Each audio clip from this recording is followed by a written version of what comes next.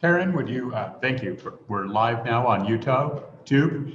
The next agency for your consideration is the Department of Environmental Quality. The first unit is on page 17, IT Operations and Support, Unit 0102. Okay, Unit 0102. Page 17, IT, DEQ. Any amendments? Seeing none. Next, Don. Page 23, Air Quality, Unit 0201. 0201, Air Quality. Do we have a motion? Seeing none. Next. Page 28, the Water Quality Unit 301. 301. Do we have a motion? Seeing none. Next.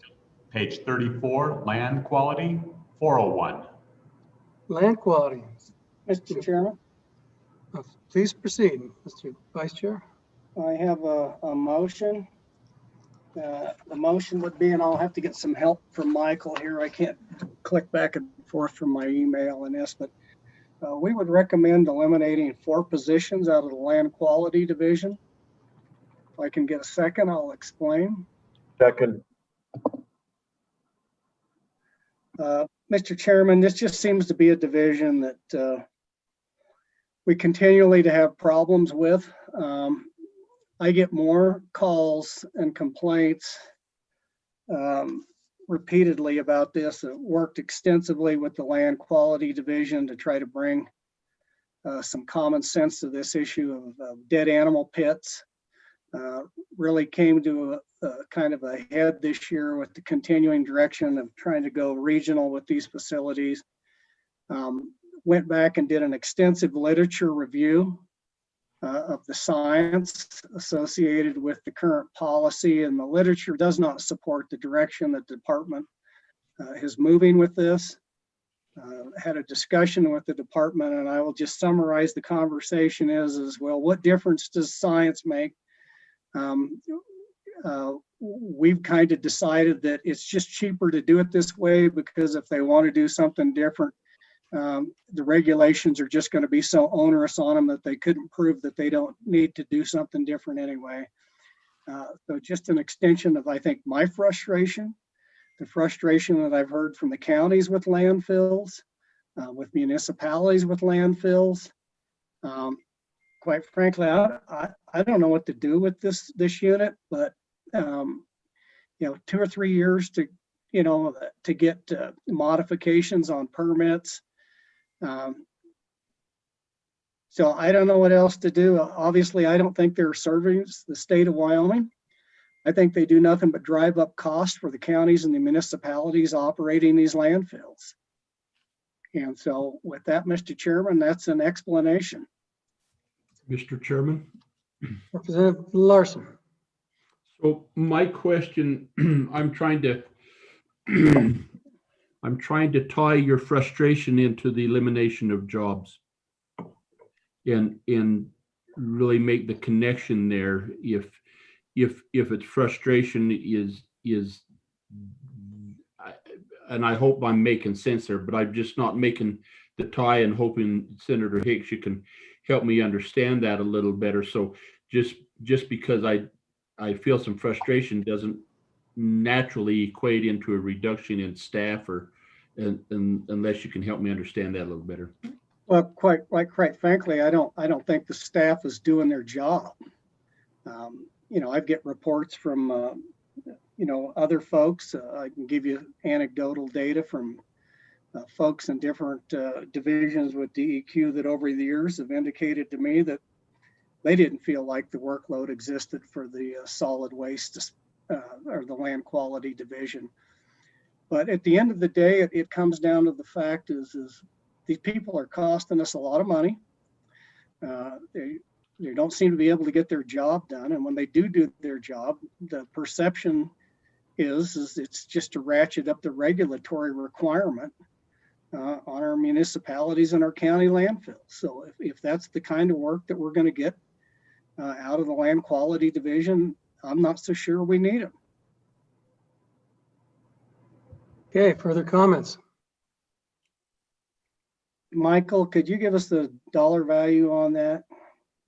Mr. Chairman, I believe the dollar value is about $224,000 general fund, $184,000 federal fund.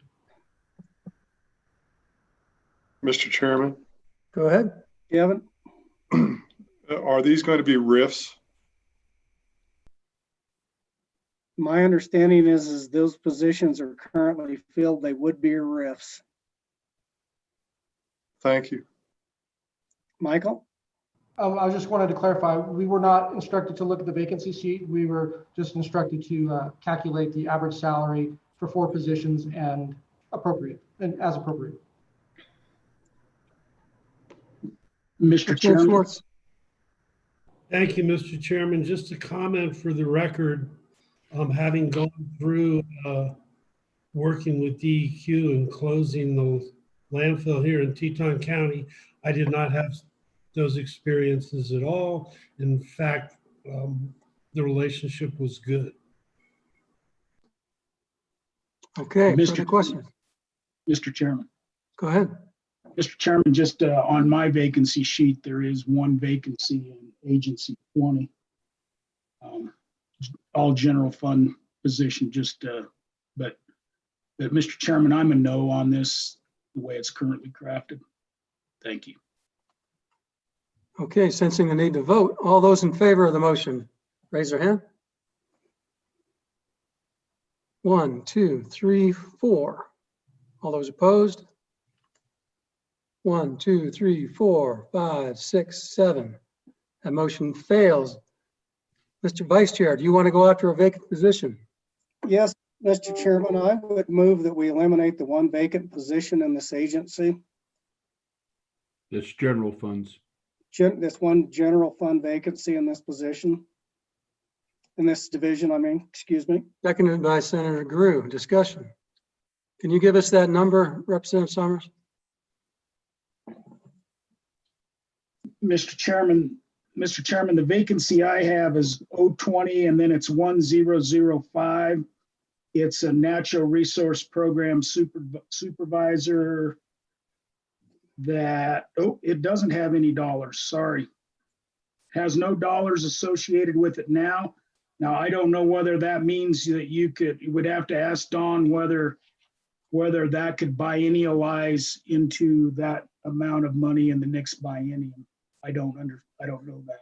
So it might be a better idea to take, just pick a number, Larry, and then say that our preference is that it comes out of land quality. So what was, Mr. Co-Chair, to ask Michael, what was the average salary for that division? You're muted. Sorry, Mr. Chairman, I believe it was about $102,000 for 1 year. 102? Correct. So Mr. Co-Chair, that would be the motion to eliminate 102,000 from the 100 series within the department. And that would biennialize next year to be 204. Correct. Okay, does everyone understand the motion? All those in favor, raise their hand.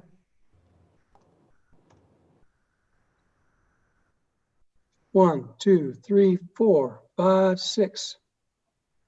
All those opposed? 1, 2, 3, 4. That motion passes.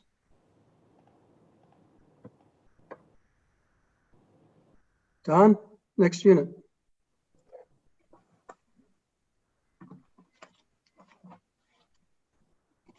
Yes, Mr. Chairman, I next just unit. wanted to make sure staff made note of that, that first vote. I think it was a House Senate vote. Mr. Chairman, your next page is 39, Industrial Siding Division, Unit 501. Industrial Siding Division, Unit 501. Do we have a motion?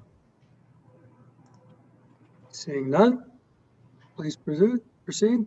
Page 46, Solid and Hazardous Waste, Unit 601.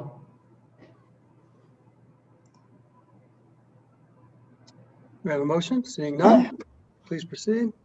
Page 51, Abandoned Mine Reclamation, Unit 4401. We have a motion. Seeing none, please proceed. Mr. Chairman, that concludes the Department of Environmental Quality. We have no comments or footnotes to address. The next agency for your consideration is Agency 21, the Department of Audit.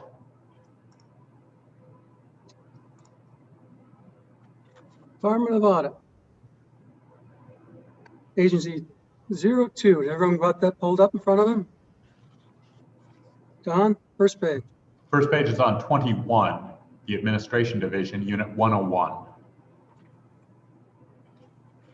Unit 101. Do we have any motions?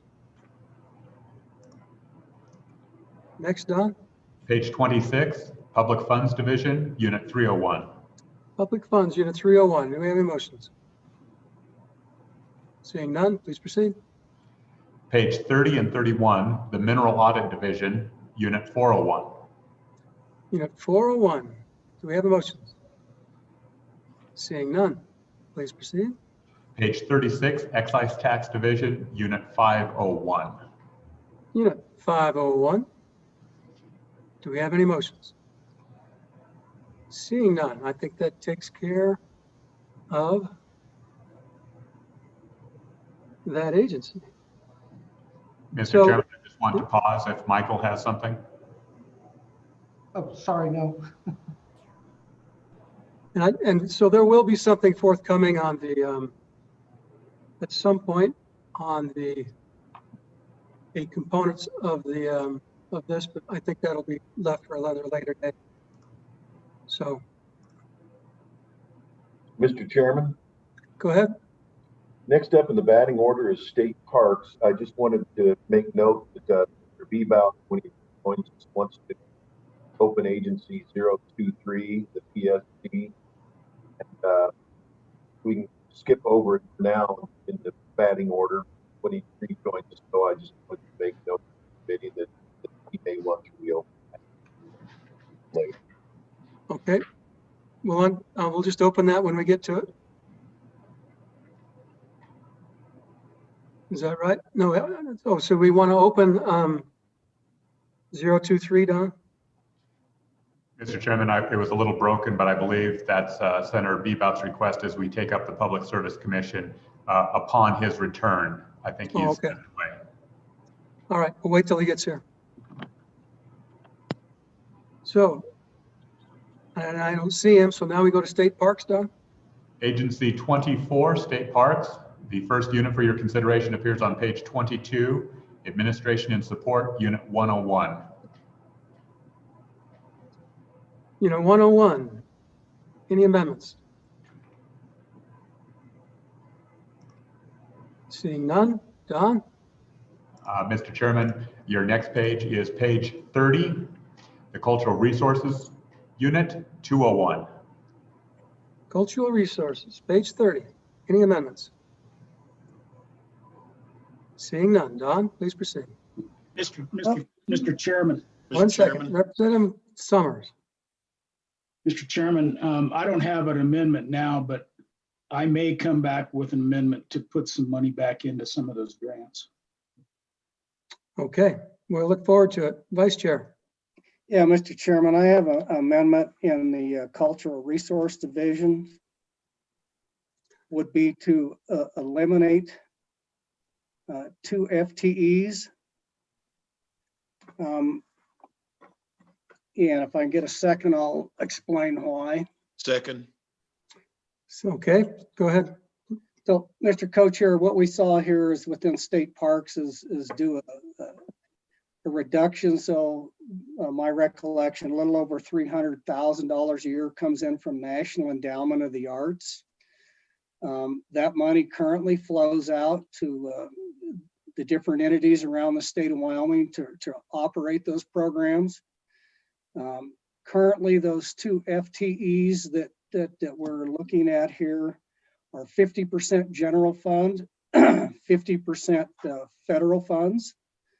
What the State Parks Cultural Resource Division did was stop the flow of those National Endowment Arts funds out to the community and shifted those to pay 100% of those 2 employees now. So there's over $300 million that was flowing out to the communities that's now going to fund positions, 100% federally funded. It just continues to boggle my mind, Mr. Chairman and members of the committee, when we have a reduction of workload and then we take money that's earmarked for programs that goes out to the communities and then just use it to replace salaries with people that have less to do.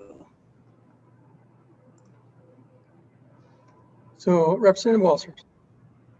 Thank you, Mr. Chairman. Senator Hicks, could you tell us what page you're on? Under Unit Cultural Resources, Unit 201, there is only one employee.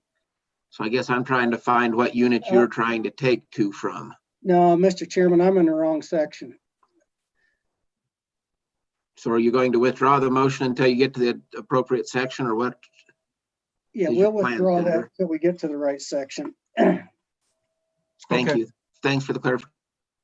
Any other amendments on Cultural Resources, Unit 201? Seeing none. Don, next.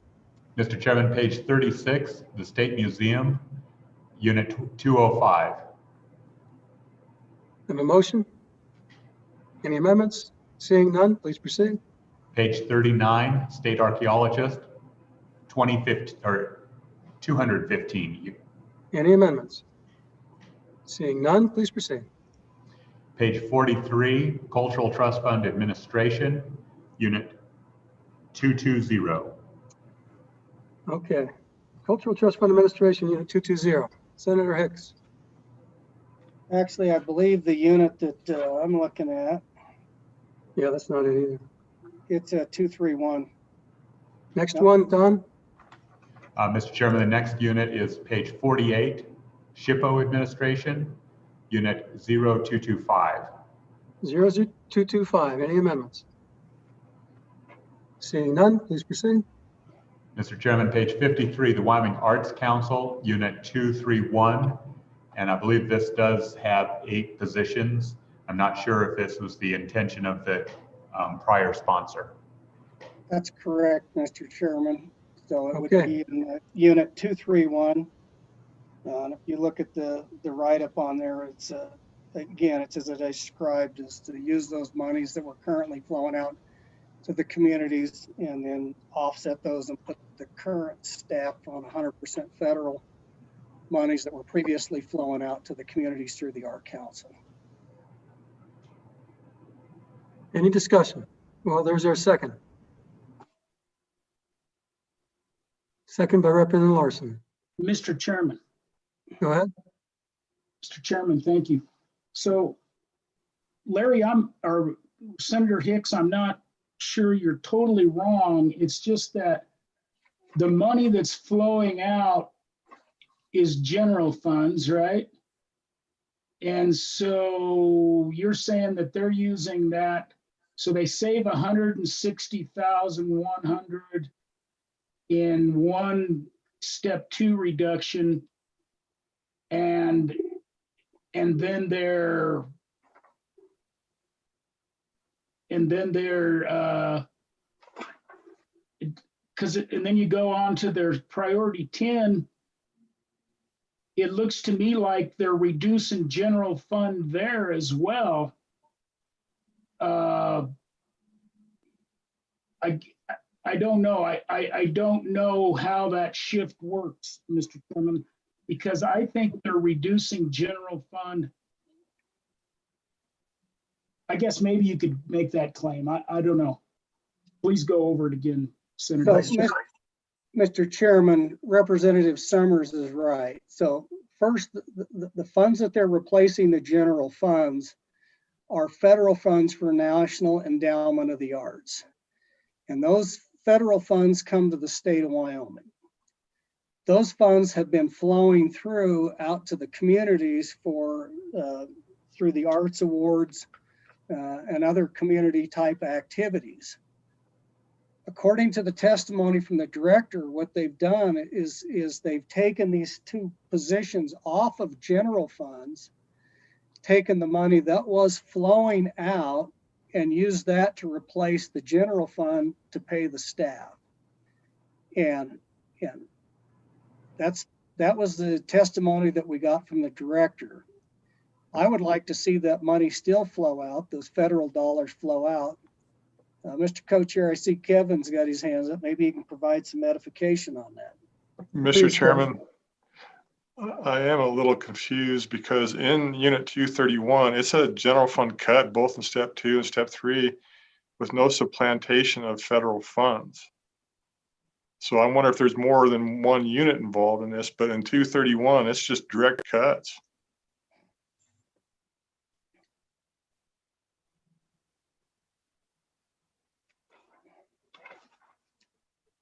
Mr. Chair, Go ahead. not that I am anxious to agree with the Vice Chair on this, but on page 51, step 3, priority 10, that looks to me like a swap of general funds for federal funds, which is what is being stated. What I'm not sure I understand is how we know that these employees don't have anything to do. Mr. Chairman, Please. Mr. Chairman, and Senator Hicks, I'm trying to look at my vacancy list. Realize if we cut a vacancy, we're just cutting the dollars. And rather than cut a live body, would you be at all interested in cutting some vacancies out of that 100% general fund vacancies? I can just kind of note one here.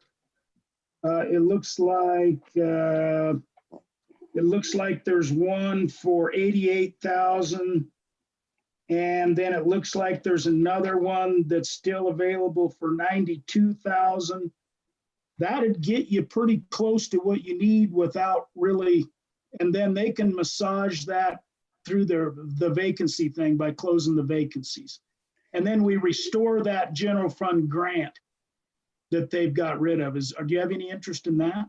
Well, here's what I want to accomplish is I want those monies that are coming in from the National Endowment to the Arts to continue to flow out to the people of the state of Wyoming in those programs. I don't know just going out and taking a position someplace out of the budget within state parks accomplishes that. So I don't know, Representative Summers, maybe you can clarify, do you think it would accomplish that? Mr. Chairman, Go ahead. I hate to interrupt that dialogue. I'm sorry. I just wanted to point out on page 51, following up on what Representative Schwartz had pointed out under priority 10, go down to the very bottom and look up under C, reduction impact. Look at the last sentence. This adjustment will decrease the amount of grant dollars available to the Office for Distribution, which indicates that in fact they are using it. And then in the preceding page, again, reduction impact result in lowering of available funding in existing grant categories. And I don't profess to understand everything in this write-up, but their narrative does seem to lead to the conclusion that somehow this position swap out is going to mean less money going out the door for the communities while preserving the positions. So Mr. Chairman. Go ahead. Mr. Chairman, thank you. And so Larry, I completely agree with you now on that. I'd still like not to cut the positions. So, what I would suggest is we leave their cut alone, but we leave their, we disallow their federal portion of that. There's federal swap. We disallow that. And we replace that cut by eliminating those 2 vacant positions. That'll actually improve, it'll improve the general fund side, and we've put that federal money back where it was. Yeah, I think that accomplishes that component of it. I still wonder if you have a program and you have a person administering this program, and it's somebody that administers a lot of grant programs, it takes a lot of time and effort. I don't know that it's 2 FTEs with this program, but if they're still there and those dollars are flowing through, then there is a workload associated with that. So maybe that accomplishes justification of maintaining those 2 positions, as long as those distribution of those funds, the accounting, the federal compliance, the reviewing the RFPs for the community for these national endowments of the arts. That takes a substantial amount, maybe not a full FTE, but probably certainly quite a bit of it. I think the testimony from the director was probably a half of an FTE or something in that nature. So if we can accomplish that and continue to flow those funds through there, I'm okay with that. Mr. Chairman, Go ahead. Kevin. we're voting on tables. So the narrative, and I do believe the intent was a swap. But if you're voting on the tables, if you go to page 53 and you vote on that table, you will take the general funds, but you will not swap them with federal funds.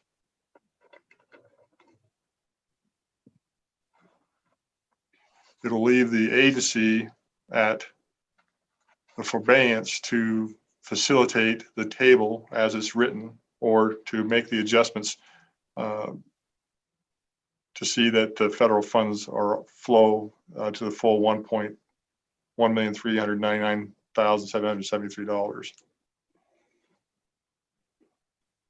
Mr. Chairman, could Kevin repeat that from the beginning? Yes, Mr. Chairman, I do believe the intent of the agency was to swap. However, if you're voting on the tables, which we have been on page 53, you'll note that the table does not swap the federal funds out. So if you prove the table, then the agency will have to facilitate this without taking the swap for the federal funds through their agency. Representative Stick. Mr. Chairman, so Mr. Hibbert, does that mean that the table on page 53 is not consistent with the narrative? Correct. Well, I would like to ask our budget staff, Dawn, is that the way you read it if we do that and we adopted the table? Or do we need to provide additional clarification on that? Mr. Chairman? Go ahead. Mr. Vice Chairman, I agree with Kevin 100%. All actions of JAC are on the table. However, I think this is an example where I think we raised it with workforce services, where they were using federal funds to backfill and not requesting a specific appropriation for those funds. I think the table, the federal funds could still come out of the 600 series and be consistent with the narrative, reducing grants to local governments, and be inserted to the 100 series to support the salaries of those two employees. It could be interpreted that way through the table. If you wanted to effectuate this, I think you have two options. One, we could write a footnote that says no federal funds appropriated in this unit shall be used for personnel or something like that. We would perfect that language. That's option one. Option two is you could cut further and have that footnote. And I think that was your original position, but I understand the discussion is moving. Mr. Vice Chair, it's your motion. Yeah, so let me rescind my previous motion. And what I would do is adopt the position reduction as outlined by Representative Summers and include the footnote that said in this division, none of those federal funds could be used to support positions within that division, well, or any other division for that matter. Don, you good? Maybe that's not in the affirmative. Mr. Chairman, I am, just for clarity of those listening in, I understand it to be two vacancies, position 40 and position 125. They sum up to $180,000. In addition, the addition of a footnote restricting the use of NEA federal funds to be used for any support positions. Can I get a second on that? Second, are we better off specifying in the footnote that the funds are to be used only for the grant purposes as opposed to anything except? Am I muted? No, we heard. We heard you. better to be in the affirmative to say it should be only used for grants rather than, because they could, can they B11 it to something other than the 100 series? Mr. Chairman, it's possible that they could have, say, 5% set aside for grant administration, for which they would use a contractor or allow, postage and 200 series expenditures, and that would not be covered if we just restricted it to personnel. If you wanted to ensure that it had to be passed through, I think Senator Kinski's language would be preferable. So that's a friendly amendment to the amendment. Any further discussions on the motion? Does everyone understand the motion? Representative Schwartz. Thank you. It's more of a comment. I'm a little confused because in a lot of the other agencies, we've been really supportive of finding ways to use federal monies to support positions that are being diverted from we're diverting the federal funds to replace general fund money for positions. And I'm a big fan of the arts. I just don't understand what makes this different from other agencies that have essentially done the same thing. Mr. Chairman? Go ahead. Well, I'll take a crack at that. I think in those other instances, I hope what we voted on is to take funds available from the feds for labor and substitute that for general funds for labor, as opposed to here where they're taking federal grant funds and using them for labor. I hope that in the other agencies, all we've done is swap labor dollar for labor dollar rather than money intended to be grants to the public for labor. That's my take on it. Mr. Chair? Go ahead. I mean, just off the top of my head, the first agency that comes to mind is the military. And my recollection is we were using maintenance dollars to fund positions. Further questions? Seeing none. All those in favor of the motion, raise your hand. 1, 2, 3, 4, 5, 6. All those opposed? 1, 2, 3, 4. That motion passes. So Mr. Chairman? Go ahead.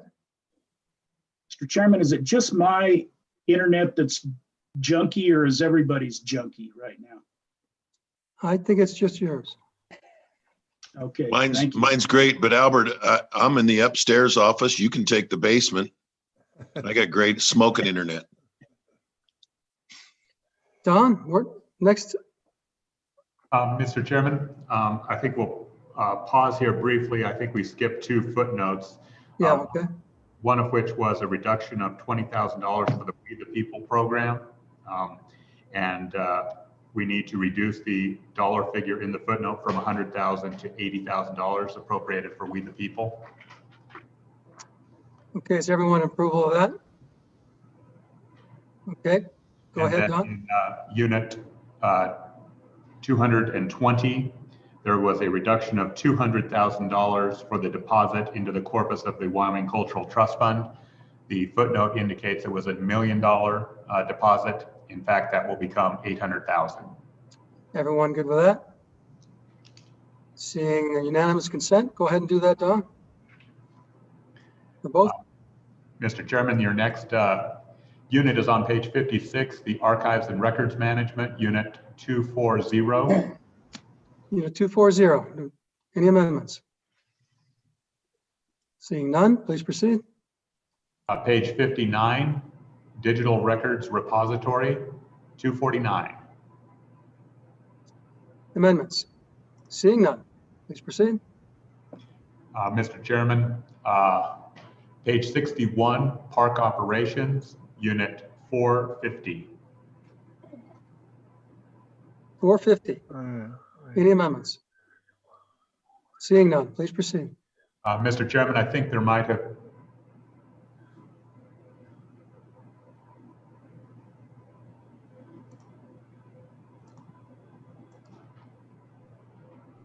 Mr. Chairman?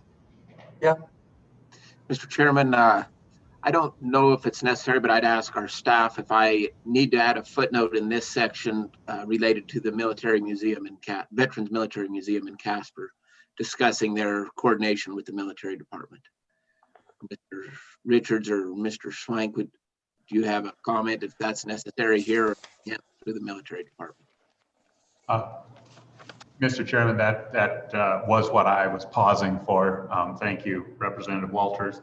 I think it is somewhat discretionary, but if you wanted to provide them direction that they were responsible for receiving a contract from the military department and operating the Veterans Museum pursuant to the prior motion, it wouldn't hurt to provide that direction. I don't know if it's absolutely necessary, so I defer to the committee's preference.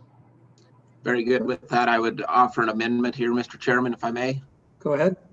And it would be amendment of a footnote that simply says the state parks would work with the military department towards the operation of the Veterans Military Museum in Casper. And I would ask Mr. Richards to help refine that language. But conceptually, I think the committee understands. So the only question I have, Representative Walters, is are you making it mandatory? Or are they supposed to go evaluate it and if it's economically feasible to proceed with it? So basically they have to make it a discretionary call. My hope is that they would operate it, period.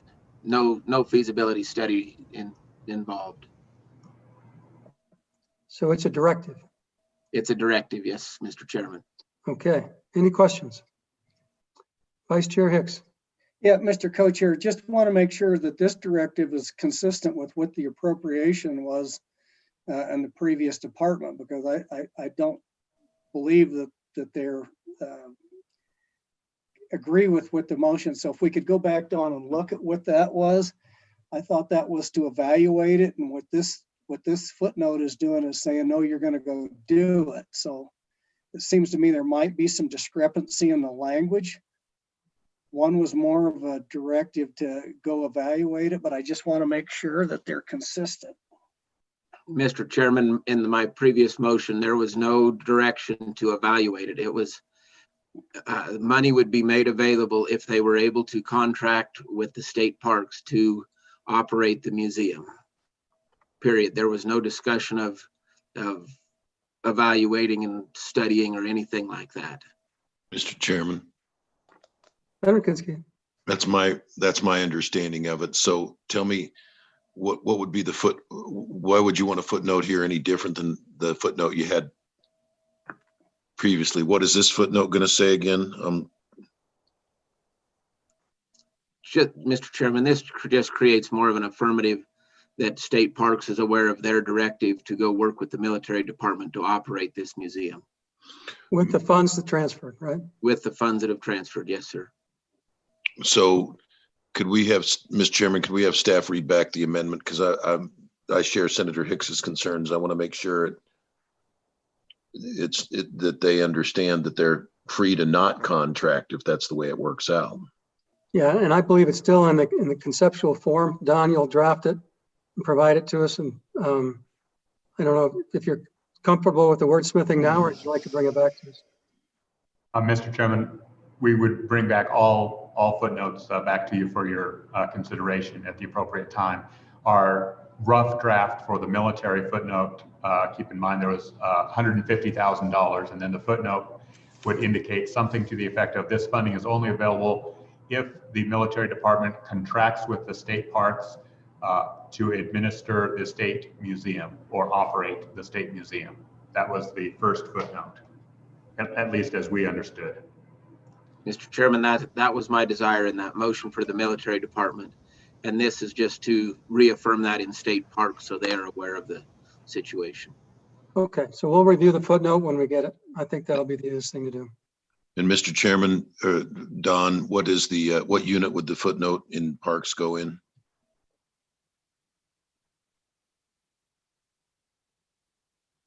Mr. Chairman, we put footnotes on the division level. So I suspect it will be on Division 0200 Cultural Resources. Okay. Thank you. All right. Just one Sure, more go ahead. question, Mr. Co-Chair. Just again, if Representative Walters could tell us where he's going to find the money for that 150, I did not jot that down. We haven't passed that, have we? Mr. Chairman, we have not. It's in the insurance department. All right, thank you. Okay, please proceed, Don. We're going to vote on that or not? We're going to wait for the footnote. We're going to wait for the footnote now. All right. Mr. Chairman, the last unit for your consideration, it appears on page 70 and 71, Park Operations, Unit 450. Any amendments? Seeing none? Anything further with state parks? I don't believe so, Mr. Chairman. Staff? I think we're good. All right. I'm saving and exiting. What's the next agency? Mr. Chairman, Agency 27, the State Construction Department. First page. Page 21, State Construction Department Operations, Unit 1001. Unit 1001. Any amendments? Seeing none? Mr. Chairman. Representative Larson. So this would be the second half of the amendment where we took the positions out of A&I and we'll keep this. And then so my motion here would be to deny Governor's rec in codes 103 through 197 for that and keep that position for a in the Department of Construction. Okay, does everyone understand the motion? Seconded by Representative Summers. Can I get that repeated, please, Lloyd? So it's in basically what we're doing is denying the Gov's rec to reduce that position, Andy.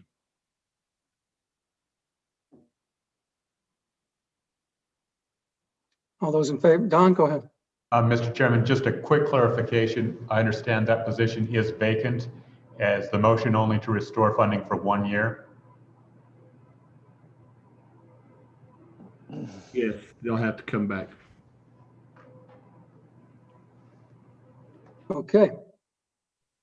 All those in favor, raise your hand.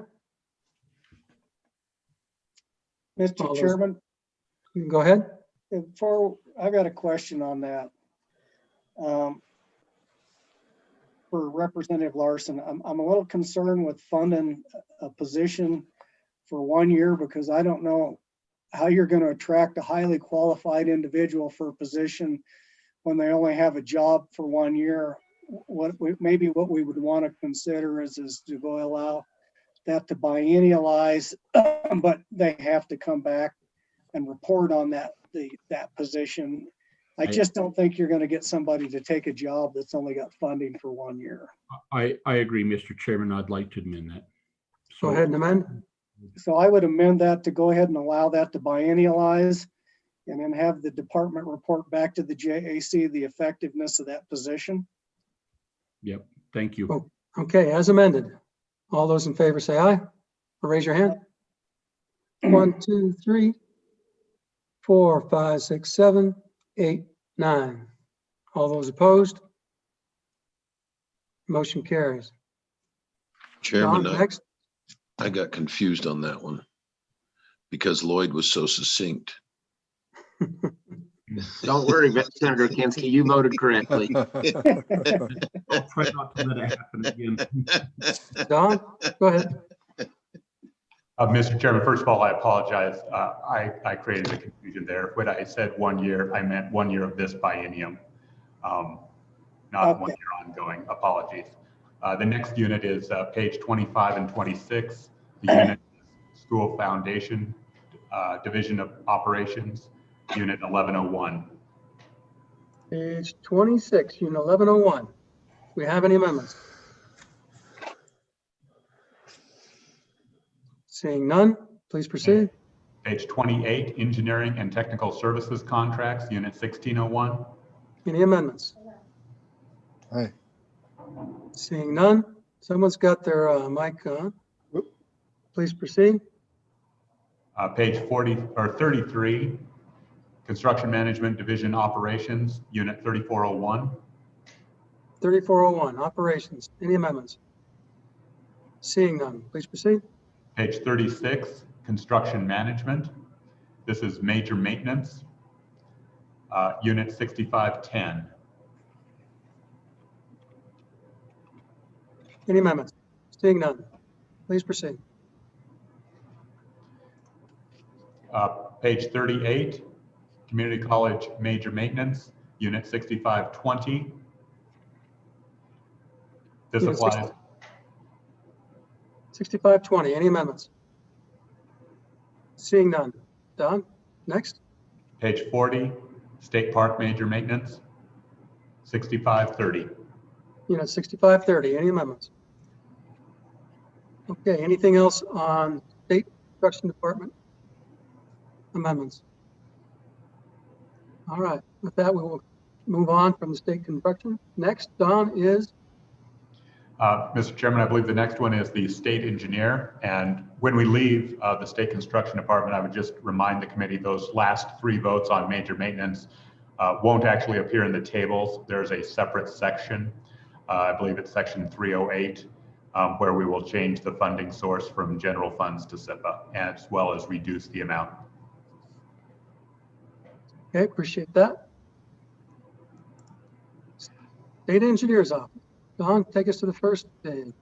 Page 18, Administration, Unit 101.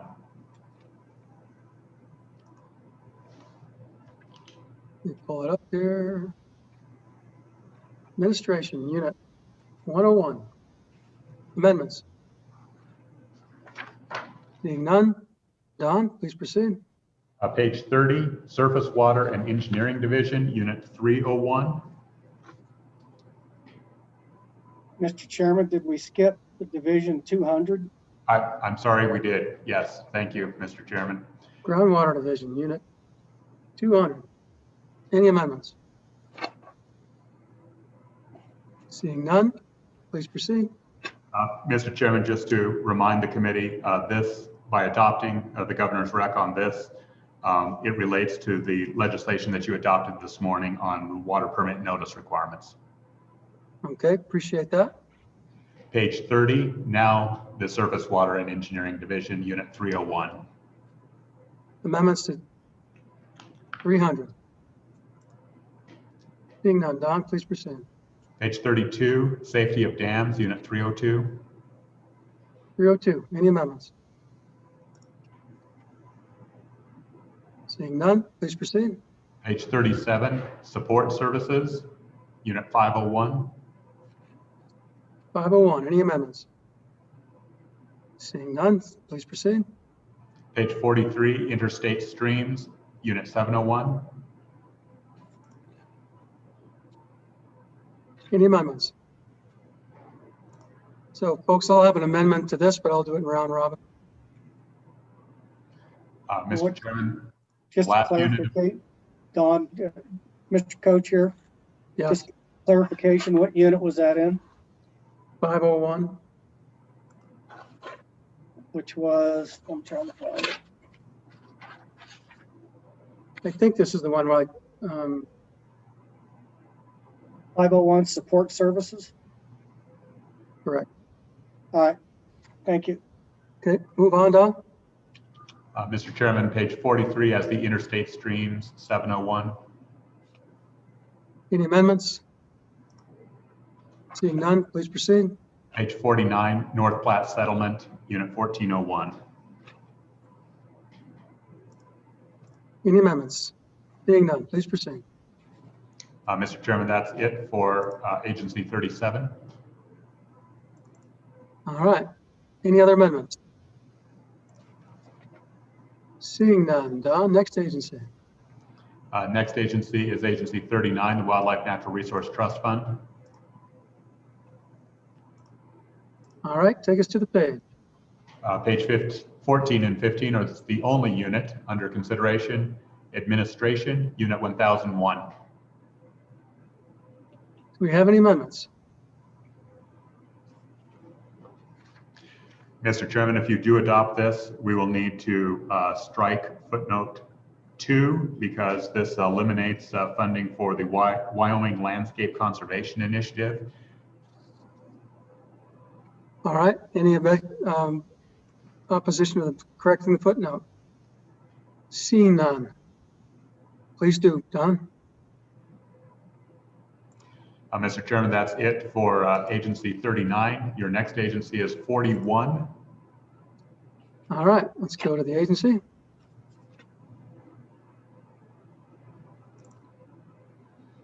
Take us to the page, Don. Page 12, Administration, Unit 101. Unit 101, Fire Prevention. Any amendments?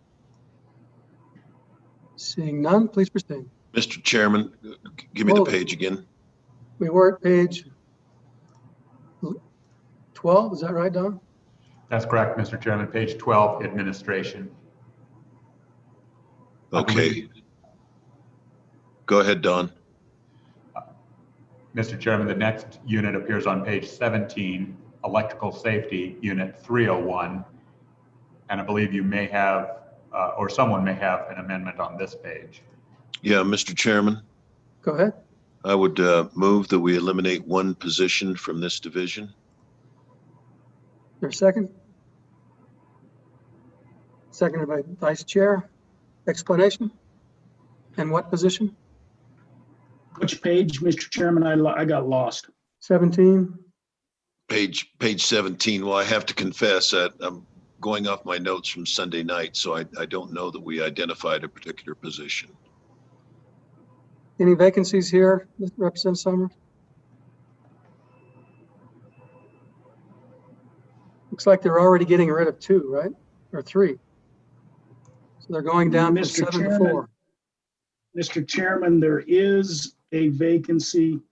041 is 0024. It looks to me like there's $87,283 available in that vacancy general fund.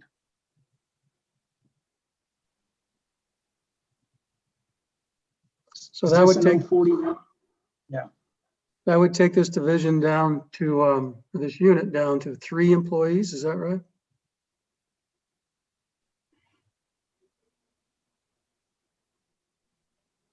Michael?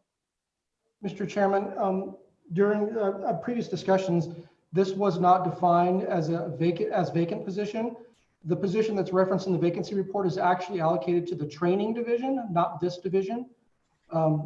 But so what we were asked to do was locate kind of the average salary for positions in this division.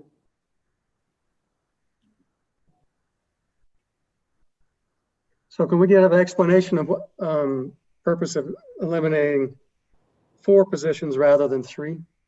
Oh, Mr. Chairman, I'm hoping some of my colleagues will help me out. This is from Sunday night, and I don't recall the discussion. I'm making the motion, I understand, but I can't recall our discussion. Mr. Chairman. Go ahead, Mr. Larson. Question, and then to Mr. Swank's comments, then if you just reduce the amount, then they could move a position from wherever they wanted. They could just adjust their positions according to funding. Do I understand that correctly? Mr. Chairman, no, I guess I don't quite follow your question. Could you please restate? I will try. The motion was to move from the senator was to move a position. And then Representative Summer identified a vacant position that is at the training facility. You come back and commented that you were not told to identify a position, but to only identify funding equivalent to what an average position was, if I heard you correctly. And so if we done that, just reduced it by the amount, then they could adjust positions from wherever or whatever in that division. Yes or no, I guess. Mr. Chairman? Go ahead.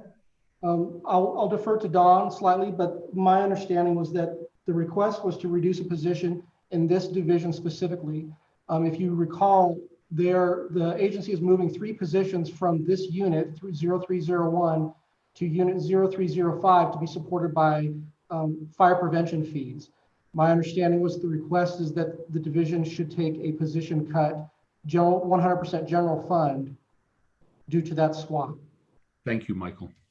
Mr. Chairman, Go ahead. I do recall that part of it was we were concerned that they raised their fees and didn't really necessarily cut their budget. But let me move this one let me take that motion back, and we'll move this to round robin until we can retrace what our thinking was. Because we were at our best Sunday night, and we're just not as good now. Representative Walters. Thank you, Mr. Chairman. And I would somewhat follow on with Senator Kinski. This is the agency that has the position swapping from general funds over to special revenue funds. However, they don't generate enough through their fees to continue to cover those positions much over about 1.5 to 2 years from now. And they had not instituted any fee increases to cover the positions. They had simply said that's what they're going to do, but their revenue does not match the expenditure when they do that. And so we as a committee during the hearing had significant concern with what they were doing in this swap. And so I somewhat think Senator Kinski's method is a rather good one, to reduce a few positions to meet their revenues, but I don't know if we're getting that done. So I just offer that as comment at this point, but certainly think there is significant concern with what this agency is doing. Mr. Chairman. Go ahead. Director Reed provided you a letter on this, and that came after Sunday night. It was late, early afternoon Monday. So I think that letter will help you out when you read it. Yeah, I have not seen the letter either, so. Mr. Chairman, when I read the letter, I was even more confused than when I started. So it's, in my mind, it did not clarify anything. Mr. Chairman, I agree with Representative Walters that the swap of the fees will only last probably through 23-24. But the letter that they provided is a increase the fees of 25%, I believe, and then positions and amounts that can be reduced to meet the 550,352. So just so that I can kind of clear the path a little bit. In column 4, the 163,837, that's all clean and clear. They dump the position, they swap the money, no worries there. The target that we have is the 550,352 in step 2, and the letter explains that. Vice Chair Hicks. Yeah, Mr. Chairman, I'm like Senator Kinski Sunday night, but I do remember the discussion here with an agency that took absolutely zero reduction to the agency. I mean, they just did a fund swap, completely whole the way they're operating, and it just didn't seem like that had any level of parity with what all the other agencies are doing, or the vast majority of them. So I don't remember why we settled on positions, but certainly it was a big concern that there was zero reduction in the agency. All right, well, we'll welcome a round robin amendment. Representative Walters. Mr. Chairman. Mr. Chairman, would it be possible to table this agency and come back to it after we all have a chance to review that letter and take no action on it at this time? That'd be great. Yeah, I think that's really the same thing. That's fine. We don't have to have a motion to table it. I think on a motion it's tabled until we bring it back, right, Don? We can come back to it at your direction. All right, please proceed. Mr. Chairman, I'd ask Mr. Hibbert to re-forward that letter to us. You got it. Don? Yes, Mr. Chairman, your next agency is 042, the Geological Survey. Oh. Okay, I'm going to that. The Geological Survey. Page number, Don. Page 16 and 17 is the Geologic Program, Unit 0101. Unit 0101, Geological Programs. Are there any amendments? Don? Mr. Chairman, I just wanted to note, if you agree with the governor's rec, you will be also striking footnote 1 and footnote 2. Footnote 1 relates to evaluation and report preparation of mineral deposits in the Bighorn Mountains, Medicine Bow Mountains, and Central Laramie Range. Footnote 2 is for $50,000 for aeronautical magnetometer and Earth magnetic resonance studies. Any comments on those footnotes? Representative Schwartz. Yeah, I like to refer to these footnotes as the Burkhardt footnotes. And I just want to comment, they're largely in pursuit of vanadium. And I happened to notice a couple days ago that the Chinese are, the price of vanadium has gone up significantly. And so this might not be our smartest cut, but we can reconsider it later. I'm sure Don will rear his head again in some fashion. All right. Don, anything else on this agency? I think proceed with the footnote eliminations. I see no objections to that. Anything further? Mr. Chairman, Go ahead. just a thought, if we were inclined to restore the funding for that, we could have used that money out of that baseline scientific assessment. Seems to me like that would be a consistent use of the funds. Well, hopefully that will remind our good Representative Burkhardt of that opportunity. All right. Don, next agency. Mr. Chairman, the next agency is 44, the Insurance Department. The first unit appears on page 15, the Health Insurance Pool, Unit 401, and I believe there is a amendment that was referred to earlier this morning. All right, let's go there. And what's the amendment? Mr. Chairman. Go ahead. Thank you, Mr. Chairman. I would like to reduce $150,000 from this program. In addition to what has already been removed, additive of, I think is the language needed there for this coming year of the biennium or the second year of this biennium. And then that would turn into $300,000 for the next biennium. And this is part of that swap that I discussed earlier in the military department regarding the Veterans Museum in Casper. This is the funding for that, for that Veterans Museum. Okay, any questions? Do we have a second on the motion? Seconded by Representative Summers. Sorry, Mr. Chairman, give me the page and the unit again. Page 15, Unit 401 in Agency 044. Mr. Chairman. Go ahead. Mr. Chairman, just a question to Representative Walters. Why did you choose this particular pot of money to do the swap out of? This is a pot of money that started receiving general funds in 2007. And if you'll look back in the history of the state, in that 2007 timeframe, the state was experiencing billion-dollar surpluses. And I believe at that time, the state chose to add money in this program as a way to help folks around the state of Wyoming. And so I thought this was just a good spot to go look for some money. This was a place where it was added when the state was flush with dollars. Further discussion. Mr. Chairman. Senator Kinski. I have a hard time reducing health insurance for people in this kind of pool for the museum. I'm going to have to be a no on this, Representative Walters. Thank you. I suspected that, Mr. Chairman. I appreciate it. Further discussion. All those in favor of the motion, raise their hand. 1, 2, 3, 4, 5. Oops, sorry. 6. Sorry. 7. 6 in favor. All those opposed. 1, 2, 3, 4, 5. That motion passes. Mr. Co-chairman, it's hard to kick him under the table from here. Yeah, that's what I get for multitasking. Well, It's too bad Representative Walters wasn't taking some lawyers out of the AG's office. I could have been all over it.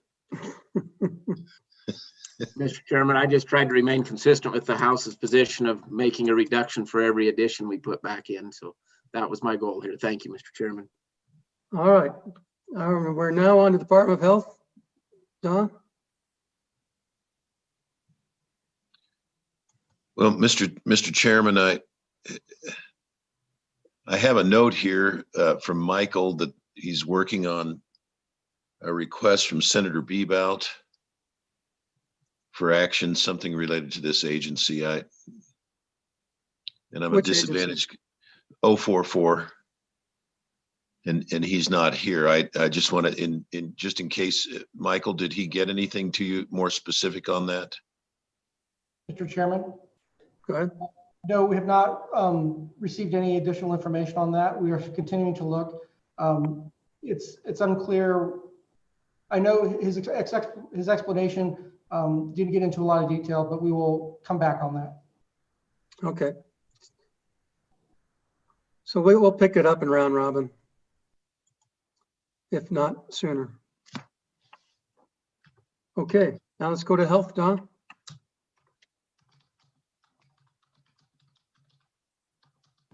Don, you were muted. My apologies, Mr. Chairman. The first unit for your consideration appears on page 82, the Director's Office, Unit 101. Director's Office, Unit 101, page 82. Any amendments? Seeing none. Next. Mr. Chairman, page 85 and 86, Vital Statistics, Unit Motions. 130. Motions on vital statistics. No amendments. Seeing none, please proceed. Page 93, Healthcare Financing Administration, Unit 401. Unit 401, Finance Administration. Any amendments? Seeing none, please proceed. Page 95, the S-CHIP program, Children's Health Insurance, 420. Unit 420, CHIP program. Any amendments? Please proceed. 101, Adult Services, Unit 460. 460, page 101. Any amendments? Seeing none, please proceed. Mr. Chairman, page 104, Children Services, Unit 461. Children's Services 104, amendments. Please proceed. Page 109, Out-of-Home Placements, Children, Unit 462. Unit 462, any amendments? Seeing none, please proceed. Mr. Chairman, Kevin, please. I would like to beg your indulgence on going back to the governor's office and the baseline scientific assessment. The contract was signed December 3rd. To encumber that. The WOLF system does not reflect that because the process hasn't completed. The governor sees the GIS clearinghouse and the baseline data concerning energy, natural resources, and agricultural and public lands important to the state of Wyoming as far as continuing to develop minerals. In that vein, I would point out that in the Department of Family Services on page 18, they noted that they would give up $300,000 from the boys' school, and that translated what had to happen inside of the Department of Health. So I was going to bring this to your attention anyway, but if we could use the $300,000, so you'd increase, you take a cut here, and it would be Series 600 code, object code 630, the general fund cut for $300,000, and then put back into place in the governor's office the baseline scientific assessment that we have a full encumbrance on, it would be appreciated. So, Don, I just want to go into procedurals. Typically, we'd go in and reopen the governor's budget, correct? Mr. Chairman, that is correct. You could do this in two pieces. Number one, adopt the $300,000 issue in the Department of Health, and then you can go back to the governor's office. And that cut in the $300,000 would be in the DFS, correct? Mr. Chairman, in the Department of Health, it's actually a flow through to DFS from the Department of Health. And is this the appropriate division? Yes, it is. All right, So, so Mr. Chairman, tell me where we are with, I got lost at boys' school and scientific baseline. What page is the boys' school 300,000 on? Mr. Chairman, in the Department of Family Services, there's a note that says we can give up $300,000, but you have to take it out of the Department of Health's budget. We did not take it out of the Department of Health's budget yet. So you can take $300,000 out of table 109 on page 109 from the Department of Health, and that will facilitate the fact that the Department of Family Services does not need that $300,000 here. But then go to the governor's office and put back the money for the baseline scientific assessments. Mr. Chairman. so really it's a two-step process. First of all, we just need to deal with the taking the 300,000. And then we'll go back to the governor's budget either now or when we finish this agency, and or tell the governor he's got to find the money someplace else. That's basically what we're going to do, right? Mr. Chairman, Go ahead. I'd make the motion to reduce the $300,000 out of the Department of Health per the footnote or the note from DFS. Okay, comment, Representative Larson. So, Mr. Chairman, if we can get Kevin back on. So the way I understand that, Kevin, is on page 18 in the DFS budget, we see that the Department of Family Services is reducing their contract for mental health services to people to individuals at the boys' school, and that savings of general funds does come back. But as you point out, and that was the question we had in that is where is that going to be reflected, because it is not reflected in the DFS budget.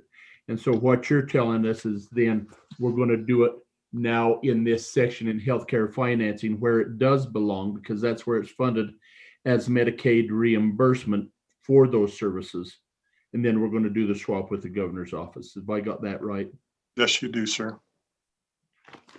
Mr. Chairman. Go ahead. Mr. Chairman, thank you. And Kevin, it is the governor's office. He can B11 out of any agency he wants to. Why would we do this? I mean, he has the authority to go anywhere he wants and B11 money. Mr. Chairman, the answer to that is that we're taking $500 million out of the budget. The governor's made that recommendation, and everything is getting scarce. I can't guarantee, and I can't even think that we can get $300,000 somewhere. So amicably, I'm making a recommendation to cover an encumbrance that was signed on December 3rd from $300,000 in this unit back to the governor's office. So Kevin, with regards to the contract that was signed, is it a 1-year contract, a 2-year contract? What is it? Mr. Chairman, it's my understanding that they contracted the full amount for the biennium in that contract that they signed on December 3rd. And so what we'll be doing in the governor's office is essentially a one-time funding through this biennium to comply, to pay for that contract. Mr. Chairman, that's one choice. And the other choice is that both of these, this $300,000 in the Department of Health, this is an ongoing reduction. And you could continue on with the baseline assessment in the governor's office, or give us that 1 year and we can come back in 23, 24 and bring it to you an explanation of the importance of it. Okay. So going back to the motion on the floor, and that's just this $300,000. So let's vote on that first, because I don't think anyone's opposed to that. All those in favor say aye. Raise your hand. 1, 2, 3, 4, 5, 6, 7, 8, 9. That motion carries. All's opposed? You see none opposed. Now, with the indulgence, I will go back and reopen the governor's office. And the motion is to supplant, or actually to open up. What's the number in unit, Don? 2,900. To open up 2,900? And Page. do we have a motion?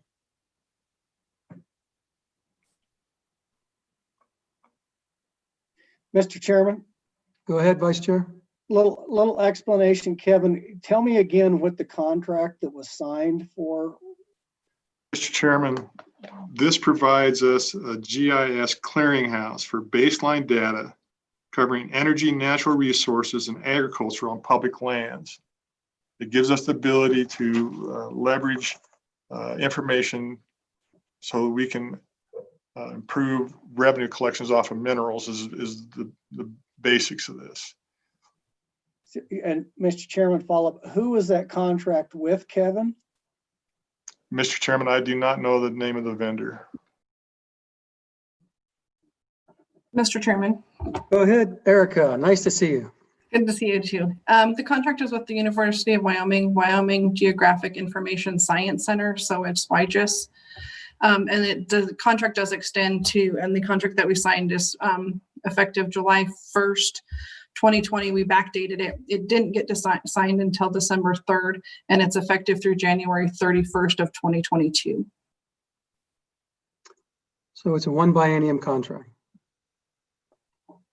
So I would ask for a motion to do this on a one-time basis through January 2022. Is there a motion? Mr. Chairman, I would do a one-time. Moved by Representative Chairman, I Summers, would do a one-time motion. seconded by Representative Kinner. So the motion is now on the floor. Any further discussion? Senator Grew. Yes, Mr. Co-Chair, a question. Didn't we do this in the Department of Revenue? This exact same program? So what's the difference between the two? Kevin? Mr. Chairman, I'm not aware of the exact same program into the Department of Revenue. There might be a cost share thing, but I'd have to get some research on that and get back to you. Okay. Don, anyone else got some insight on this, Erica? Mr. Chairman, unfortunately, I do not. I do know that with this contract, and that's what I was trying to look at, is there is, the contract is actually for, I think it's 327,000. Our office was going to pay the 307, and my understanding is that other 20,000 is coming from somewhere else. But I was not under the impression that that was the Department of Revenue, but I can get that detail for you and get back to you. Okay. Okay, on the motion, all those in favor, say, raise your hand. 1, 2, 3, 4, 5, 6, 7, 8, 9. Those opposed? That motion carries. All right, Don, back to Department of Health, next agency, or next unit. Don, you're muted.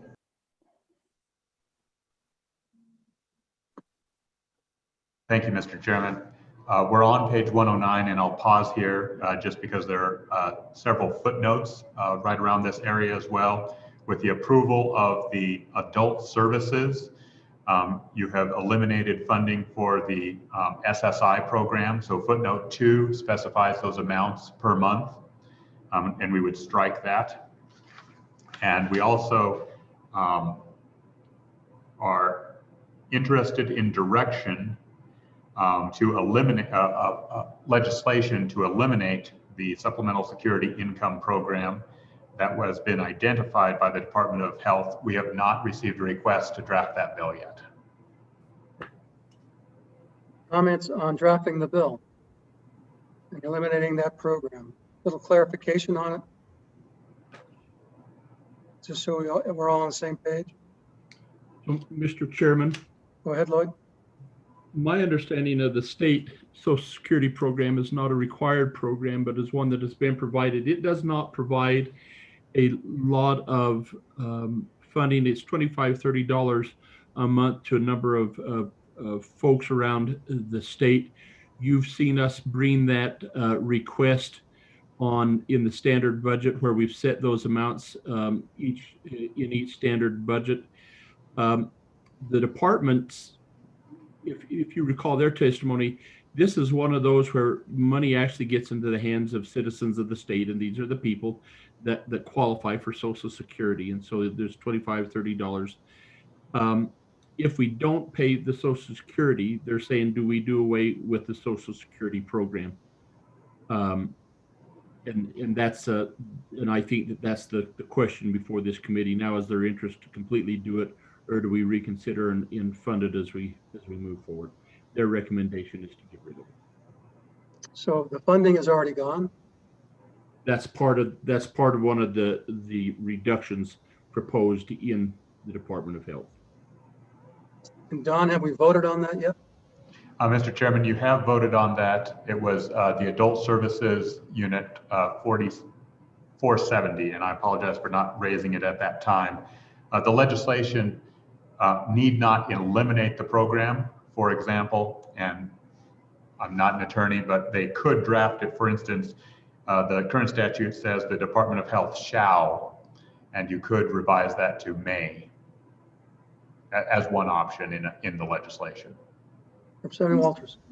Mr. Chairman, in that statute, Don, does it say if funds are available or when funds are available, or is it a must be funded program? We either have to eliminate the whole program or fund it. Do you know what the language looks like in that regard? Mr. Chairman, the language I have before me does not have that to the extent funds are available. That's another approach. If a bill is drafted, it could be included or crafted that way. And Don, how much money are we talking about? What do we eliminate?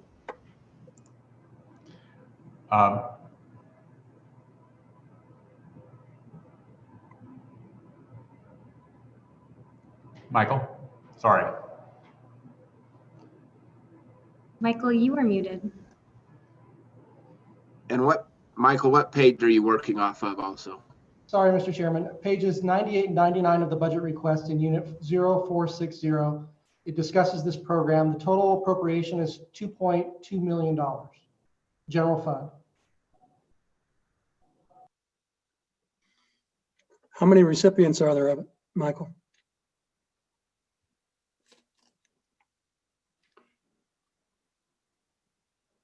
I do not see 3,500. Mr. Chairman, sorry, Michael, 3,500. Okay. Their narrative says. Page 99. Okay, so committee, do we want to draft a bill put together to modify the statutory language to either eliminate or to allow a may or into insert as funds are available language? All those in favor of such a bill, raise your hand. 1, 2, 3, 4, 5, 6, 7, 8. So Don, let's draft the bill. Mr. Chairman. Please go. So committee, you know, I think as far as this process, so Department of Health, we're hitting right in the middle of all of this discussion.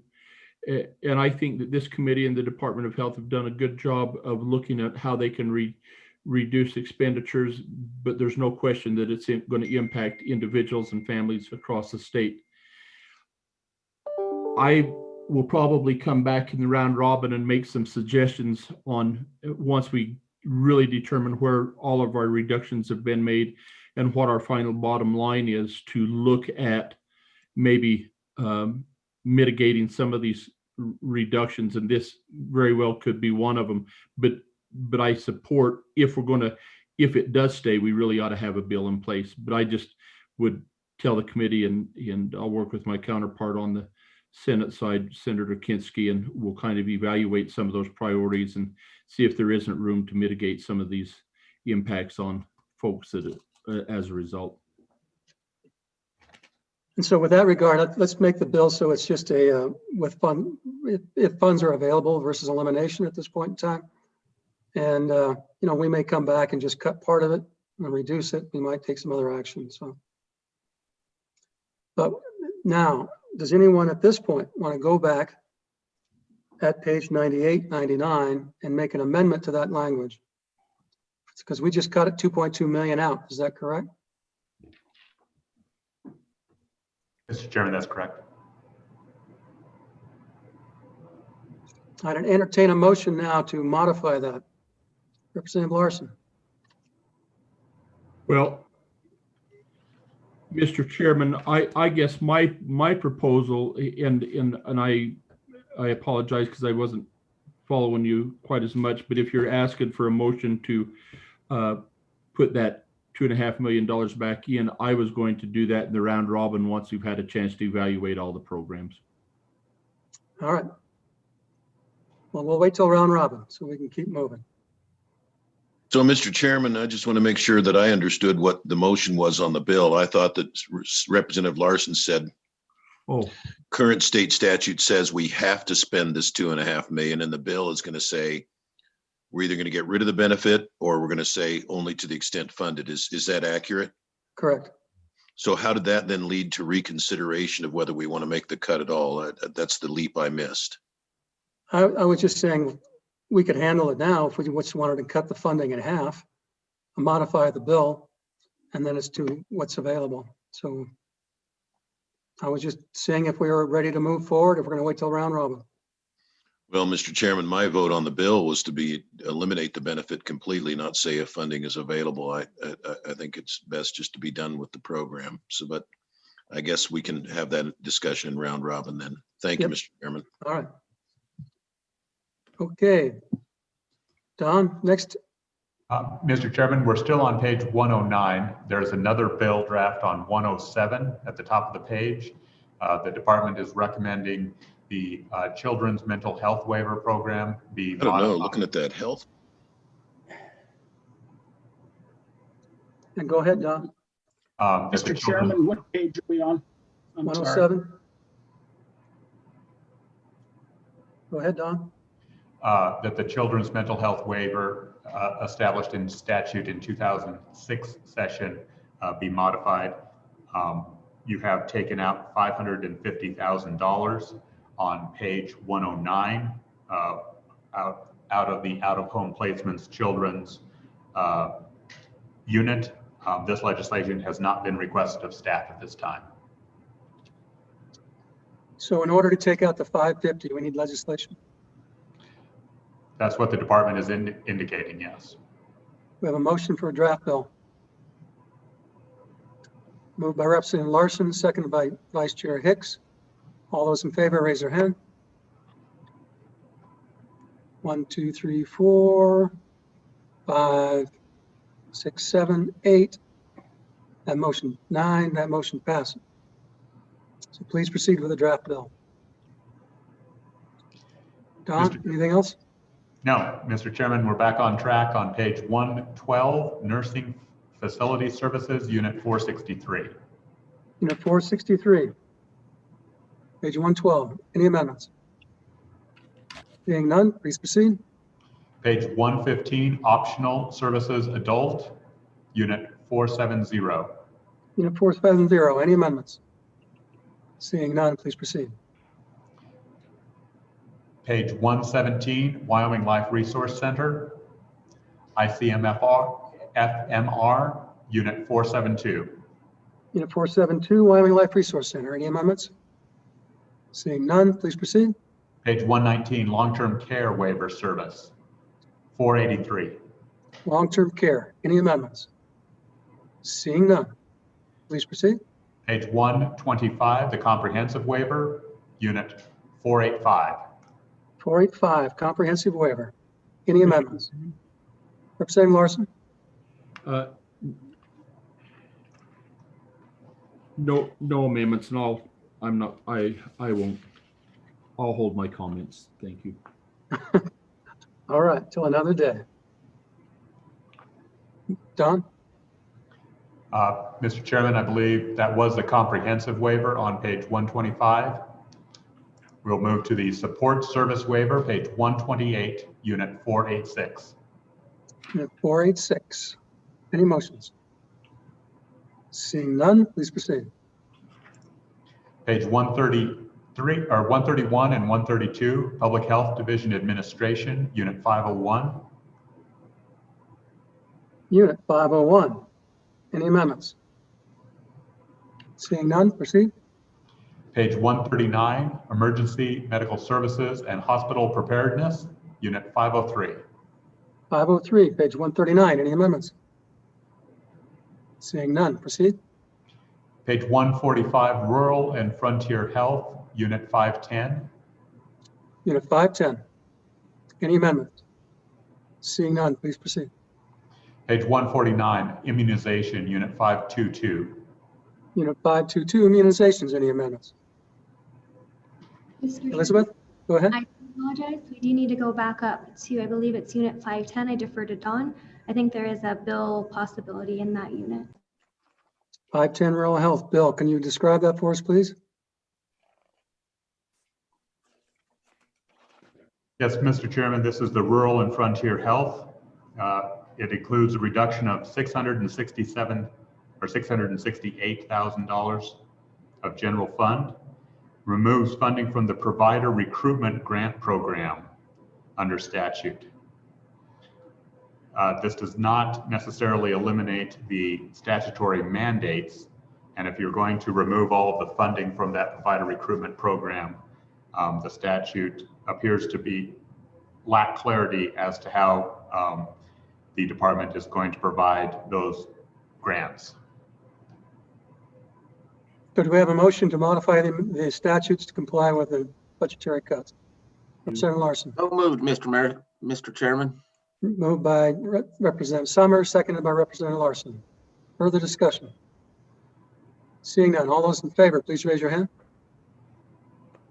1, 2, 3, 4, 5, 6, 7, 8, 9, 10, 11, 12. Unanimous. Please draft it, Don. Thank you, Elizabeth. Going back now to rural, where are we at, Don? Mr. Chairman, we were on page 149, Immunization, Unit 522. Any amendments to immunization? Unit 522. Seeing none, please proceed. Page 154, Maternal and Child Services, Unit 523. Unit 523. Any amendments? Seeing none, please proceed. Page 157, Women, Infants, and Children, Unit 525. Unit 525. Any amendments? Seeing none, please proceed. Page 162, Public Health Nursing, Unit 526. 526. Any amendments? Seeing none. Mr. Chairman, page 167, Cancer Screening, Unit 531. Cancer screening is 531. Any amendments? Seeing none, please proceed. Page 171, Public Health Laboratory, 532. 532, Public Health Labs. Any amendments? Go on, Don. Page 175, Communicable Disease, Unit 534. 534. Any amendments? Please proceed. Page 179, Injury and Chronic Disease Prevention, Unit 539. 539. Any amendments? Seeing none, please proceed. Page 182, Infectious Disease Epidemiology, Unit 540. 540. Any amendments? Seeing none, proceed. Page 186, Substance Abuse and Tobacco Prevention, Unit 550. Unit 550, Tobacco Prevention. Any amendments? Seeing none, please proceed. Mr. Chairman, we're now in the Behavioral Health Division, page 191, Behavioral Health Administration, Unit 2501. Unit 2501. Any amendments? Seeing none, please proceed. Page 195, Recovery Supports, Unit 2502. Unit 2502. Any amendments? Seeing none, go on. Page 199, Court Supervised Treatment, Unit 2503. 2503, Supervised Treatment. Seeing no amendments, please proceed. Page 204, Wyoming State Hospital, Unit 2505. 2505, amendments. Seeing none, go on, Don. Page 206, Outpatient Mental Health, Unit 2506. 2506, amendments. Seeing none, proceed.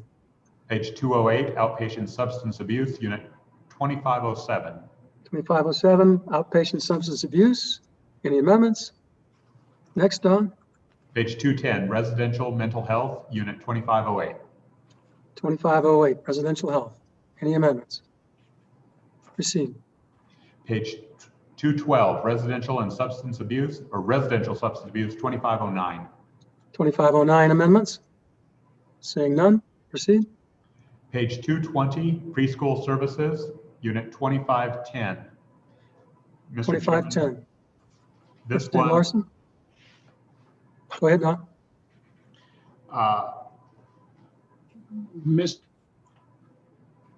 Mr. Chairman. Go ahead. So, Mr. Chairman, I think this is, Don, correct me if I'm wrong, but I think this is the school foundation dollars we were talking about. And so, Mr. Chairman, I would like to deny the governor's rec. Let's see, and which page is that on, Don, as we scroll backwards? Just to highlight it. Mr. Chairman, I believe you want to go to page 215. Under the governor's recommendation in the middle of the page. So, Mr. Chairman, my motion is to deny the use of school foundation dollars for this, so to deny the governor's request for school foundation dollars for this proposal. And this was the one where the worst case scenario is they cut the same amount from the federal grant back. So that's and it's in the amount of, let me get this right, it's in the amount of $2,189,430 S5 is what I have. Is that, Don, does that ring a bell? Yes, Mr. Chairman. So does everyone understand the motion? Mr. Chairman, I think so. I'm getting wrapped around the axle on, there was also a governor's letter dealing with the CDCs. Was that the child count increase? Yes. Yes. Okay, so that has nothing to do with this is part of the overall funding for the CDCs. DD preschool adjusting. So, Mr. Chairman, my recollection was that they came in with a cut in step 2. They worried about whether they would have maintenance of efforts. So they, in step 3, they brought back in these dollars. And what I'm saying is, my motion is to eliminate the use of school foundation dollars, and just kind of let it ride and see whether we can apply for a waiver to the federal government. None of that's been done. I think we have every opportunity to be legit on this, actually. Vice Chair Hicks, did you have a question? Yeah, Mr. Chairman, I'm not familiar with this program, but is this something that's delivered in the school systems, prior to the school system? And who does the delivery? Do the local school districts provide these services? You know, without knowing more about the program, I'm a little reluctant to move funding one way or another. Mr. Chairman. Go ahead, Lloyd. So Larry, there's 14 regions around the state, and the funding for that comes through the IDEA in 2 pots, a part C, which is for, and the purpose of the developmental preschools is to identify developmental delays and to get rid of them before they go into school or as they get into that. They are not run by school districts. Each region has a nonprofit organization in the community that does this. The funding to them comes through the special education funds that's overseen by the Department of Education, then funneled to the Department of Health, just like they would to a school district. The state acts like a school district, and then each one of these regions is like a school. And so then they funnel those funds out to provide those services in the community. Now, the reduction is being proposed by the Department of Health coming out of the Part C funds for those 0 to 3 age kids, and then the Part B, which is for kids that are 3 up to age 21. But in those schools, it's 3 to 5. And as Representative Summers was correct, as I understood that, is the Department of Health made the request. And then as we heard from the Department of Education yesterday, they're concerned that when we reduce some of these funds, that it could impact their maintenance of, I continue to call it maintenance of effort, but it's our requirement to be eligible for federal funds. And so what they've done is in the step 3, when we made those reductions in step 2, which are already in place, then in step 3, they tried to bring back some of that funding through school foundation dollars to protect that maintenance. And Mr. Chairman, sorry. Go, Chair. Yeah, thank you, Mr. Chairman. As I remember this is one of those areas where I think on a national average, it's around 8 or 9% of the dollars spent are spent in these preschool situations, and Wyoming is at 15%, so we're way above the national average. We've talked about this before. You know, a lot of it is just, there's some good things that happen there, but there's a lot of things that to me is not where this money should be spent. I really think we ought to, I was speaking in opposition to the amendment. Let's leave it the way it is, and it comes out of the situation that it is. But I really think we spend too much money in this area to start with. So, Mr. Chairman. Senator Kinski.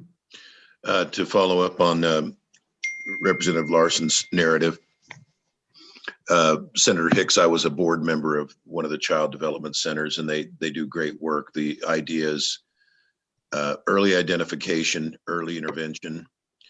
And so they screen kids for disabilities. They know based on epidemiological data what the rate of occurrence of various sorts of conditions, be it reading difficulties and so forth, generally is.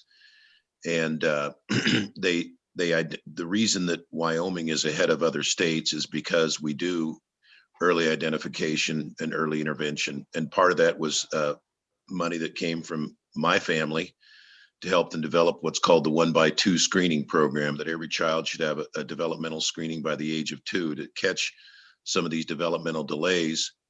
If you wait until they get in school, then they fall behind in first grade, second grade, and then we're off to the races. They are schools. Special ed is their emphasis, as Representative Larson said, and for that reason, I've never understood why they aren't on the school foundation program. This is just a swap out for 1 year while they get a handle on the situation, and I think it's entirely appropriate that it comes out of the school foundation program. I'm gonna stand on the governor's recommendation and oppose the motion. Further discussion? Representative Schwartz. Thank you, Mr. Chair. It's just a question for Representative Summers, because I thought I heard him explain how we might replace the school foundation dollars, but I didn't quite follow it. Mr. Chairman, Representative Schwartz, no, I'm not suggesting we replace. The initial step 2 reduction was made by the agency. And then they came back in a step 3 because the Department of Education was worried about a whole different issue of maintenance of effort in another area. So they put money back into this program. The agency had already made the recommendation to cut, and so money was put back into this out of school foundation for maintenance of effort in a whole nother area, frankly. And so the money, so the education dollars have never been there. Correct. Is that right? Right. The education dollars have never been there. It will be less of a cut to that program in this agency if you use school foundation dollars. I'm just suggesting that school foundation dollars are as precious right now as general fund dollars. And so I'm making the motion that we reduce that. I would say they're more precious. Okay, further comments? Representative Kenner. Thank you, Mr. Chairman. So after all this discussion, I'd like Representative Summers to repeat his motion again, so I'm really clear on it. Thank you. So, Mr. Chairman, and I might need Don's help, but my motion is to deny the governor's request to provide, let me get the number right, to provide $2,189,430 in S5 dollars. Now is that 1 year or is that biennialized, Don? Mr. Chairman, judging from the language on page 215, it appears to be 1-year funding, although I'm not sure if the language is written as intended. Note the governor says he is proposing these $2.189 million until June 30th, 2021.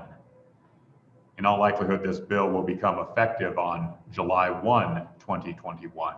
So we'll need to, if you do not adopt Representative Summers' motion, we'll need some clarity on the timing of these funds. And Mr. Chairman. So it's one time. Go ahead. And Mr. Chairman, I think the governor is saying that he had already saved $3 million for the school foundation program elsewhere. And he proposes that the 2.1 come out of that 3 million he saved elsewhere. Well, I don't see any place that represents that. Mr. Chairman, that is correct. They was that school foundation that was cut in the military in the youth challenge? Is that correct? Chairman, that was an ETS broadband. ETS. Okay. Okay. Unified network infrastructure, correct? Okay, back to the motion. Any further discussion on the motion? All those in favor of Representative Summers' motion, raise their hand. 1, 2, 3. All those opposed?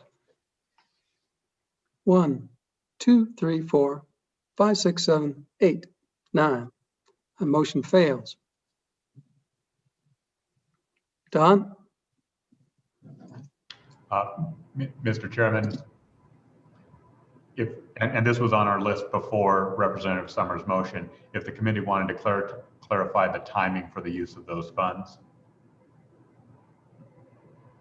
So as it currently reads, is there an ambiguity or is it just one-time funding or is it that day gap? It's the fact that these funds must be used for the first year of the biennium and they won't be available until the second year of the biennium. Can we entertain a motion? Representative Schwartz.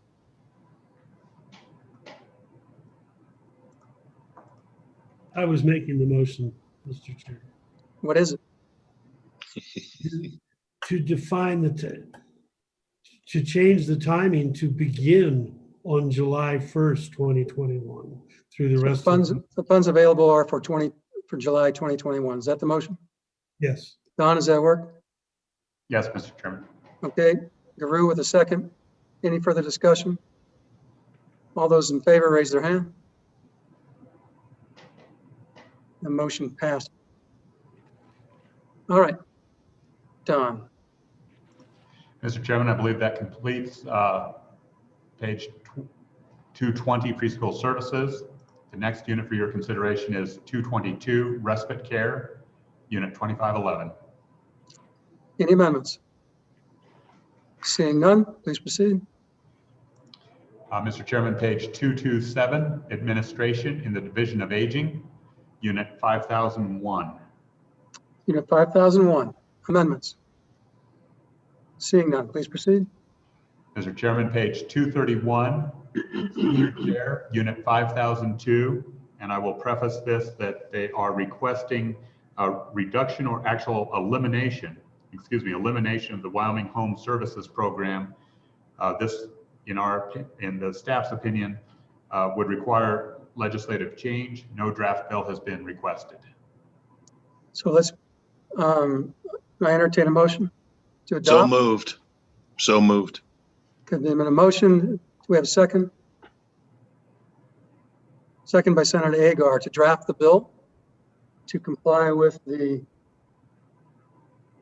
elimination of the program. All those in favor, raise their hand. 1, 2, 3, 4, 5, 6, 7, 8. That motion passes. Now, on the action itself, to remove this dollars, all those in favor, raise their hand. 1, 2, 3, 4, 5. And count again. 1, 2. I'm sorry, Mr. Chairman, what are we voting on here? We're voting on the recommendation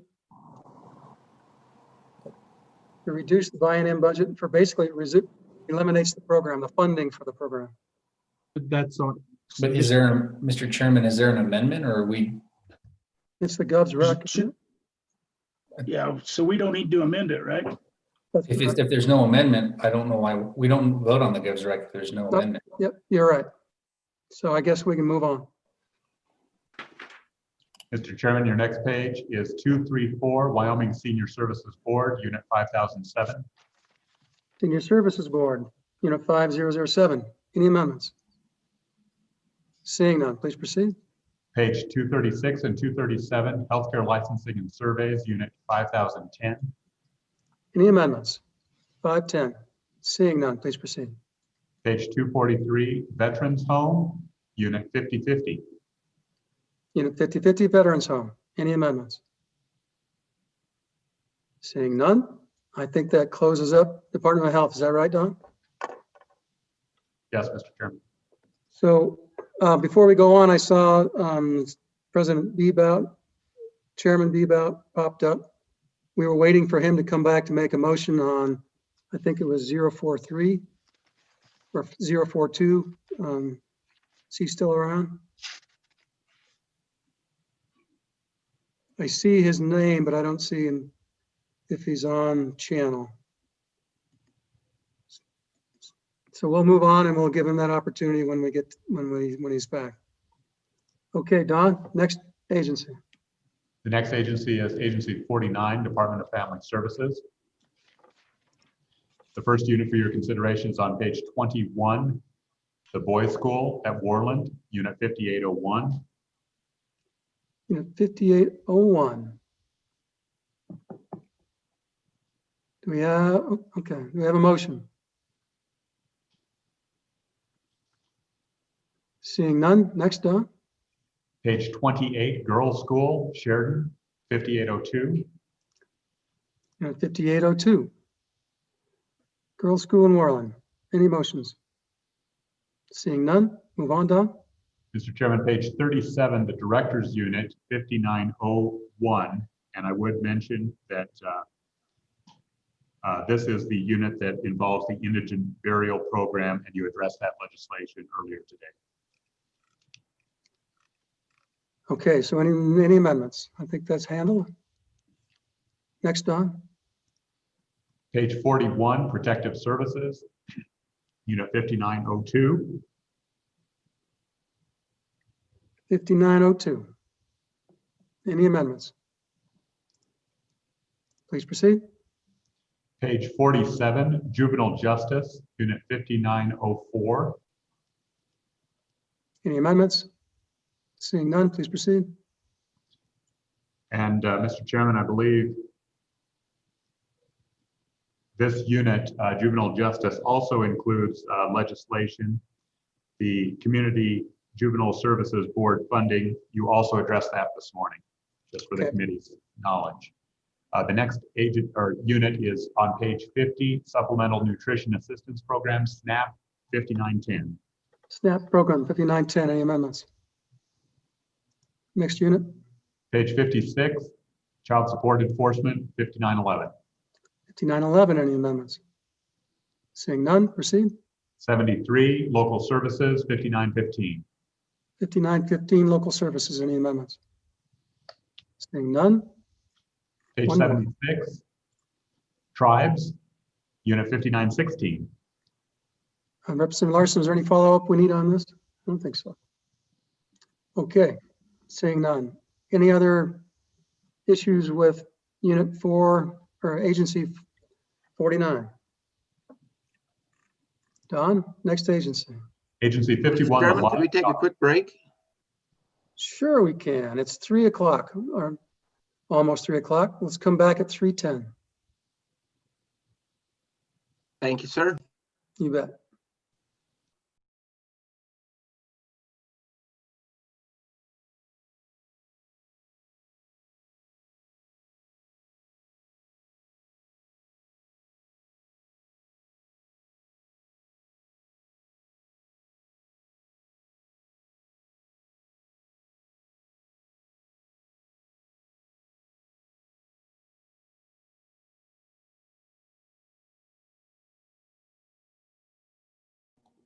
Man, it's nice here, Bob.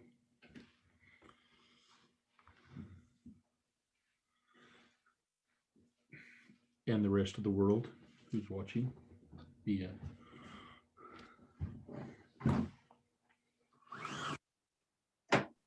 It's nice here, but it's about 30, but it's breezy.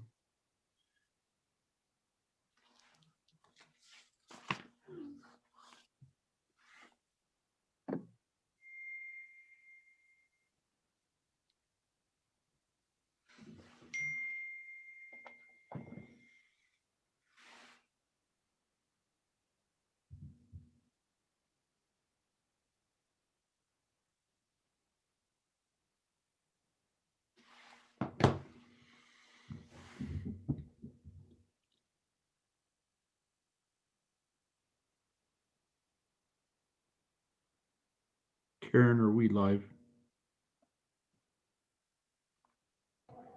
Yes, sir. We are live on YouTube. Thank you.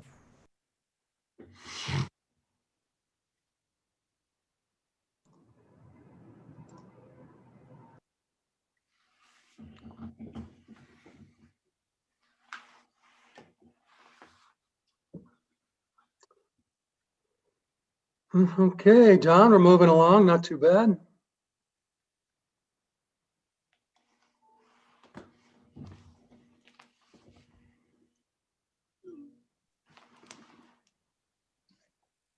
I think once you get through Department of Health and Department of Family Services, it's like not all the way home, but you passed a big hump. Yeah. Mr. Chairman, Go ahead. Mr. Chairman, Chairman Kinski and I and Recal kind of need to meet perhaps with Matt Wilmarth before 5 o'clock today, or if Dawn, I don't know, any way we can catch Matt at 5 or something. I'm just trying to get something set up so maybe Dave and I could visit with him after we get done here, just trying to work. We got a lot to do in the next 2 weeks, and I've got to try to figure out a way to work in a short visit with Matt Wilmore. So Don, just make a note of that. We'll break shortly and probably go into around 5-ish. Let's just try to make sure Matt's around. If we want to finish up things and go in a little while longer today to shorten up tomorrow, we'll do so after that. We can give him 10 or 15 minutes to meet. Does that work? Mr. Chairman, anything what do you give us? Thank you, Mr. Chairman. Okay. Mr. Chairman, Yes. I realized I didn't have my video on. So Don usually has a pretty good idea about how far we should get through the budget. And I was just curious if he had a feel for what would be a nice, amount to get through this afternoon.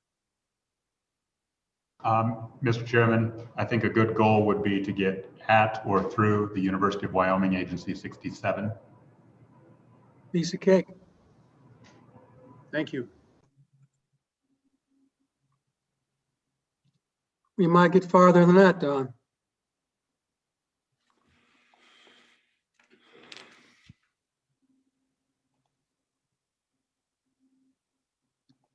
So we are now at the livestock board, correct? Let's see, I'm waiting on a senator or two, I believe.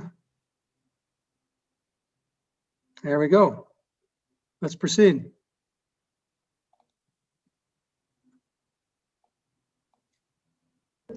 Don, you were muted. Thank you, Mr. Chairman. Elizabeth, thank you. Page 14 is the first unit in the Livestock Board Administration, Unit 101. Unit 101, page 14. Any amendments? Seeing none. Please proceed.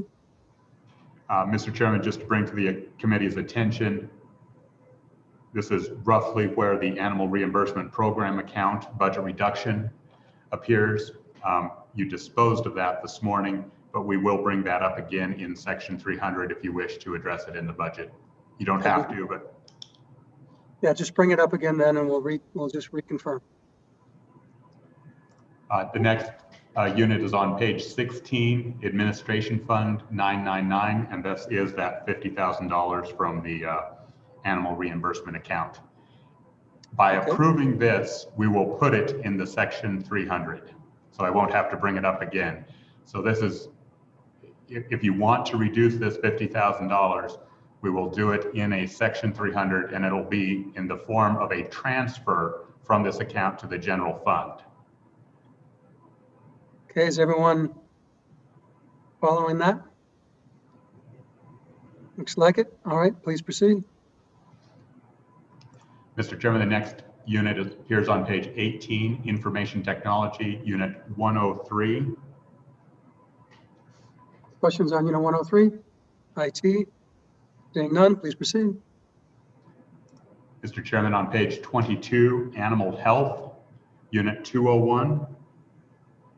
201, Animal Health. Any amendments? Seeing none, please proceed. Page 26, Law Enforcement, Unit 205. And we have a couple of. I'm sorry, I cut you off, Tom. Sorry, on this particular page, the agency has requested that the $100,000 appropriated from the general funds to the livestock law enforcement account needs a bill. That language appears on page 24 from the agency. In our review of this, LSO staff believe that you can accomplish the reductions that appear on page 26 without a bill. So I think we will take your advice over the agency's request. Please proceed. Mr. That would also require that we update the footnote accordingly, and I believe that is footnote 1 on this division. Okay, please do so. Thank you, Elizabeth. Proceed. Thank you, Mr. Chairman. The next unit for your consideration appears on page 29, brucellosis travel, Unit 302. Okay, all those in favor of preventing brucellosis travel? Representative Kinner. No, I was in favor of preventing that. Okay. No amendments, please proceed. Page 32, Estrays, Unit 601. More puns coming. No amendments, please follow. Finally,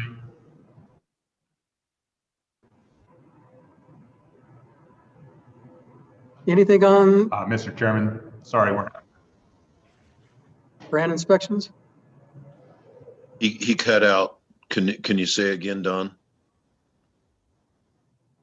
Apologies, it is my internet connection. Page 42, brand inspections, Unit 701, and I believe there are potential amendments on this.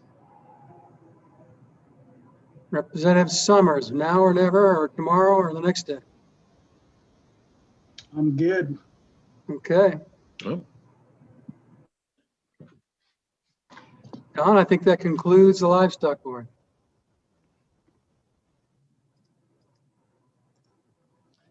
Mr. Chairman, that's correct. The next agency for your consideration is Agency 53, Department of Workforce Services. Page number? Mr. Chairman, the first unit for your consideration appears on page 24, Office of the Director, Unit 101. Amendments, page 24. Mr. None, Chairman. please. Okay, Representative Summers.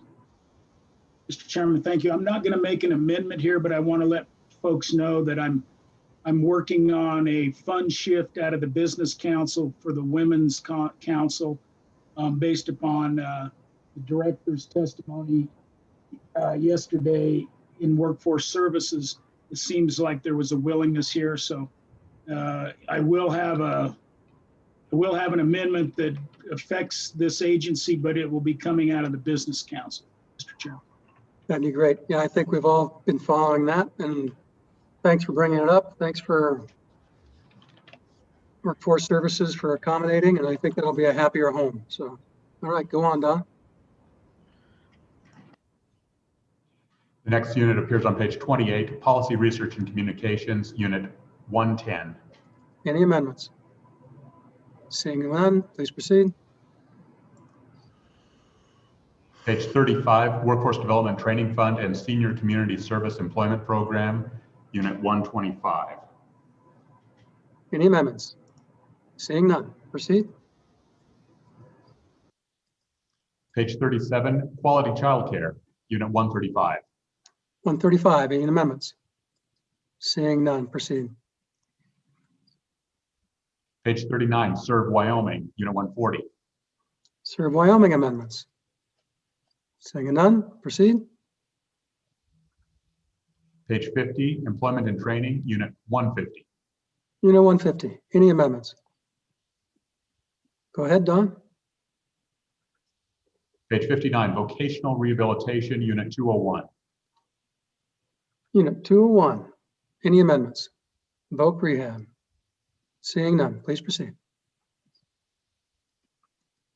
Mr. Chairman, page 65 and 66, Labor Standards, Unit 401. Unit 401, any amendments? Please proceed. Page 72, Workers' Compensation and OSHA, Unit 501.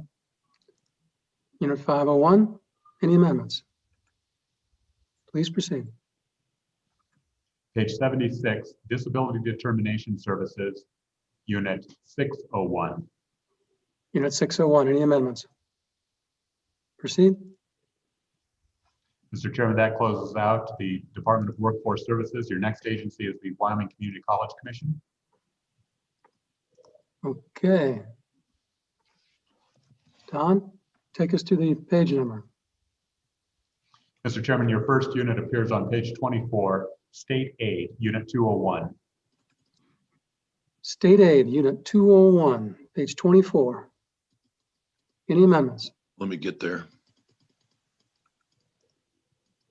Mr. Chairman. Go ahead. I move that we reduce the governor's state aid reduction in such a manner that there is a net additional 10 million going into the state aid to community colleges. In other words, we reduce the aggregate cut by $10 million.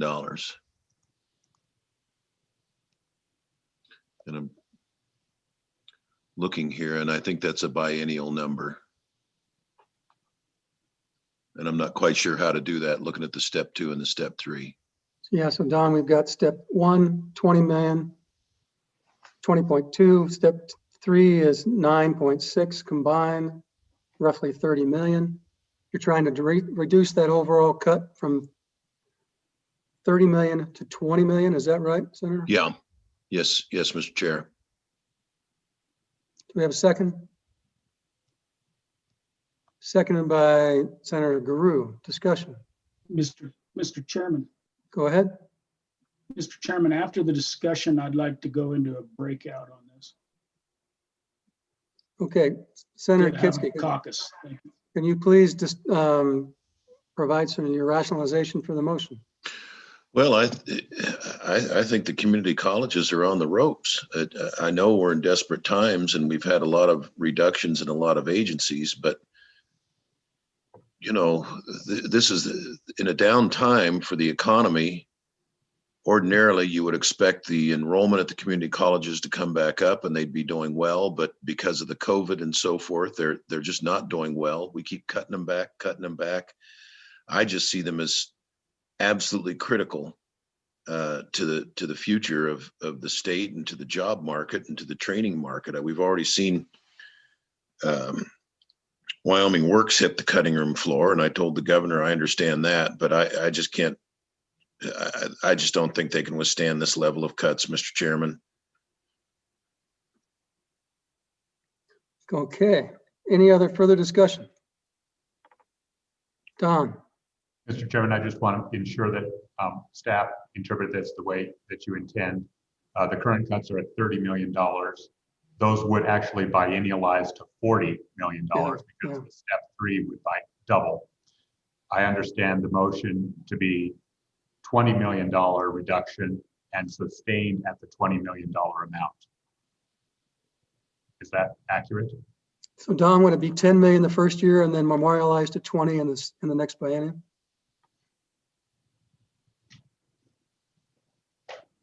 Senator It's not for me to decide. It's yeah, so that's a question to you, Senator Kinski.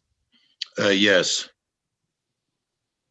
Yeah, so that makes more sense in order to make it, because we've already gone through more than half, or we will have gone through almost the first year. So it's 10 million out of the first or the second year of the biennium, and then 20 biennialized thereafter. Yes. Okay. With that, Don, Karen, why don't you take us to a breakout?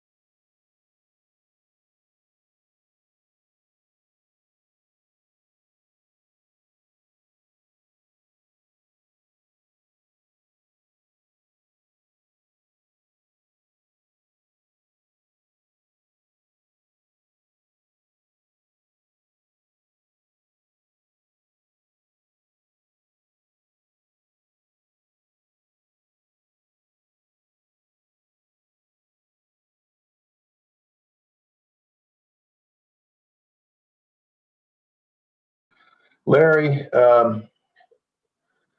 Albert and I are setting up this 5 o'clock call about the report he wants to do with Wilmarth and Anderson. Do you want me to have them include you on that team meeting? Might as well. If we get done here, we're going to do it after we get out of here, right? Yeah. Mr. Chairman, just as a note, when you're in the main meeting, you are streaming on YouTube. Thank you.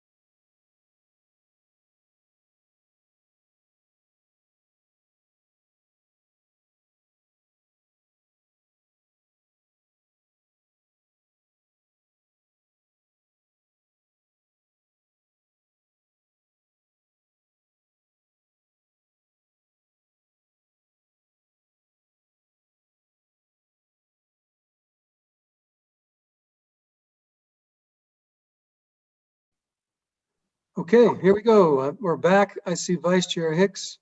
I see Senator Grew. I see an empty Kinski seat. So let's wait for Dave so we can address his motion. There we go. All right, folks, we're back from a quick breakout session. The motion on the floor is to reduce, in essence, it's really to reduce the Govs rec on phase 3. Don, is that right? You're muted. Mr. Chairman, I believe it will be a reduction on page 24. Right. Okay. And just to kind of bring us all back in stride, Dave, just kind of repeat your motion once more. That would be, am I on? It's to add back $10 million worth of the cuts for the second year of the biennium, which translates into a $20 million reduction in the reduction in the next biennium. Okay. Any further discussion? So, committee, I'm going to be a no on this motion for several different reasons.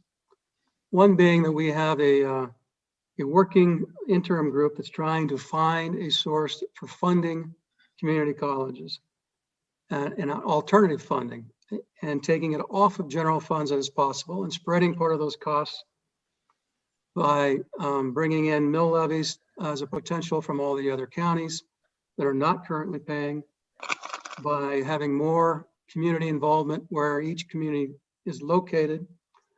And I think by reducing these cuts, we are impeding the ability for the legislature to seriously consider alternative funding and spreading those funding and broadening the tax base for where these dollars come from. And so I would just speak against the motion.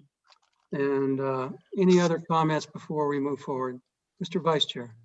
Yeah, Mr.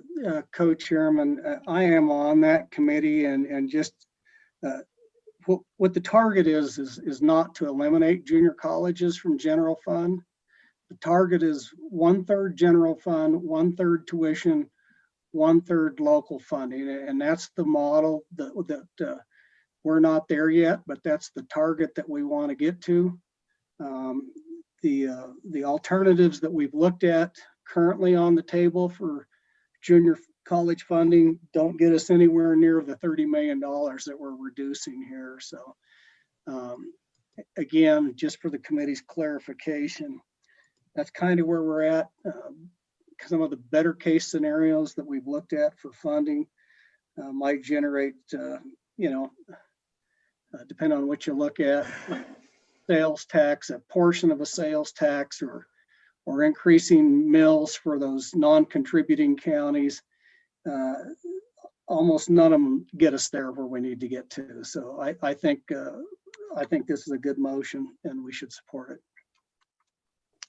Further comments? Seeing none, I think we're ready for a vote. All those in favor of the motion, raise their hand. 1, 2, 3, 4. All those opposed? 1, 2, 3, 4, 5.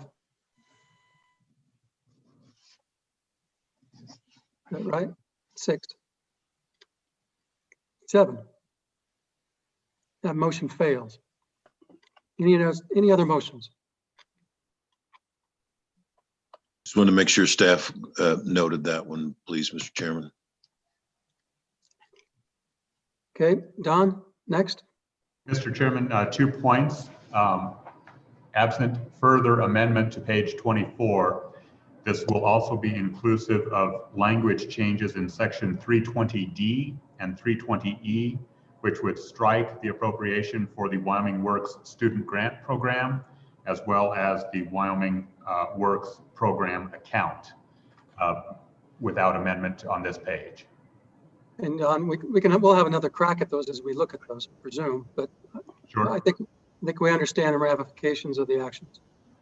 Great. Mr. Chairman, I apologize. We're going to have to go back to page 17. It is not indented on your bookmarks, but it should be. This is page 17, unit administration, and the number is 101. And I would also mention that there was discussion of potential amendment on this page.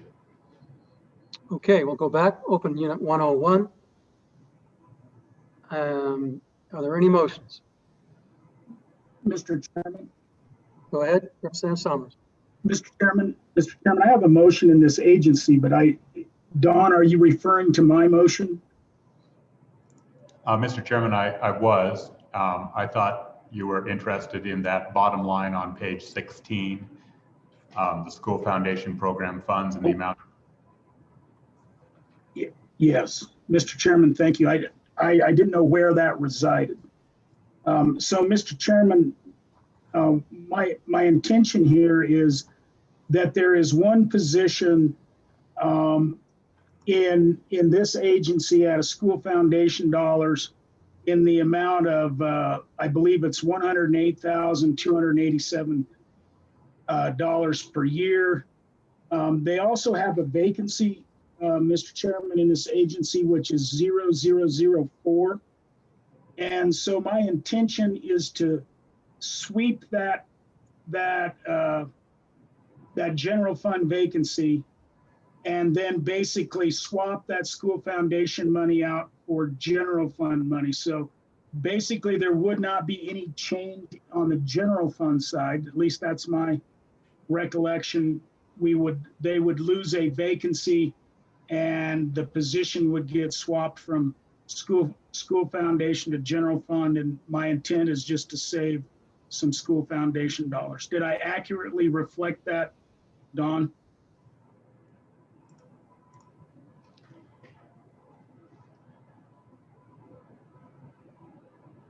Yes, Mr. Chairman, I believe that is correct. It is a swap of SFP money for general funds, and it is very close, I will say, in the amounts of the two positions. Okay, any discussions? Vice Chair Hicks? Yeah, Mr. Chairman, I don't know if there was a second for that motion, and then I have a question. Yeah, we've got a second, Representative Walters. Go ahead.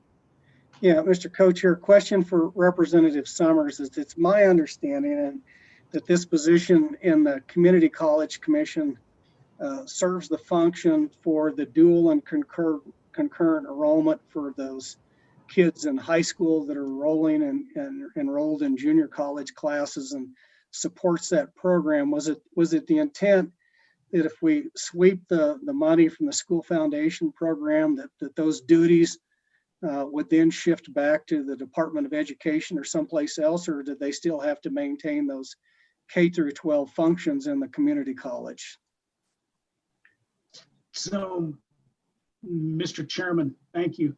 And I'm not quite sure on this, but I do believe that school districts or BOCES provide funding to colleges to support those programs, but the administration of it, I think, still supports community colleges, regardless of whether it's out of community college or whether it's out of school foundation or general fund.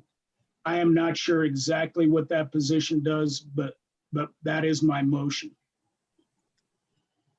So So just it to would follow basically, up, sure, ahead.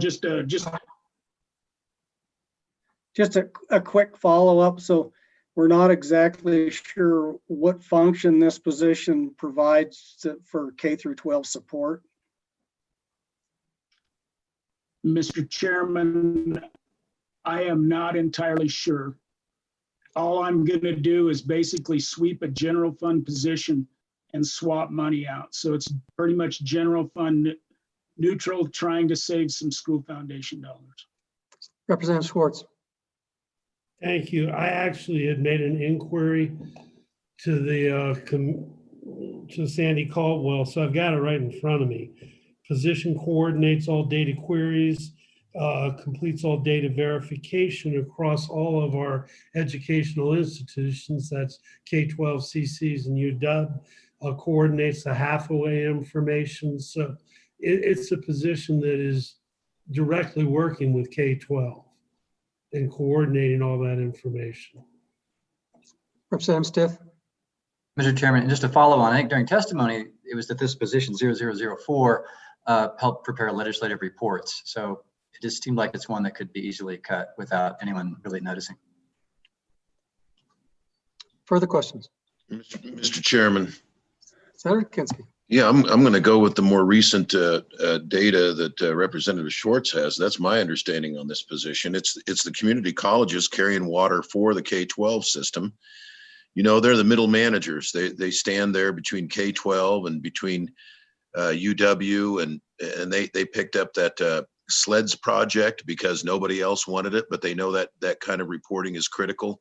Here we've got a program that is working, absolutely working. Concurrent enrollment and dual enrollment, and they're carrying that, and that's for high school students. I couldn't feel more strongly against this than that we should just leave it alone, leave it as a school foundation program money, and leave that position there so that they can fill it and continue this vital program. I mean, it's just here's something that works, and we're going to defund it. On and against the motion. Vice Chair. Mr. Chairman. Go ahead.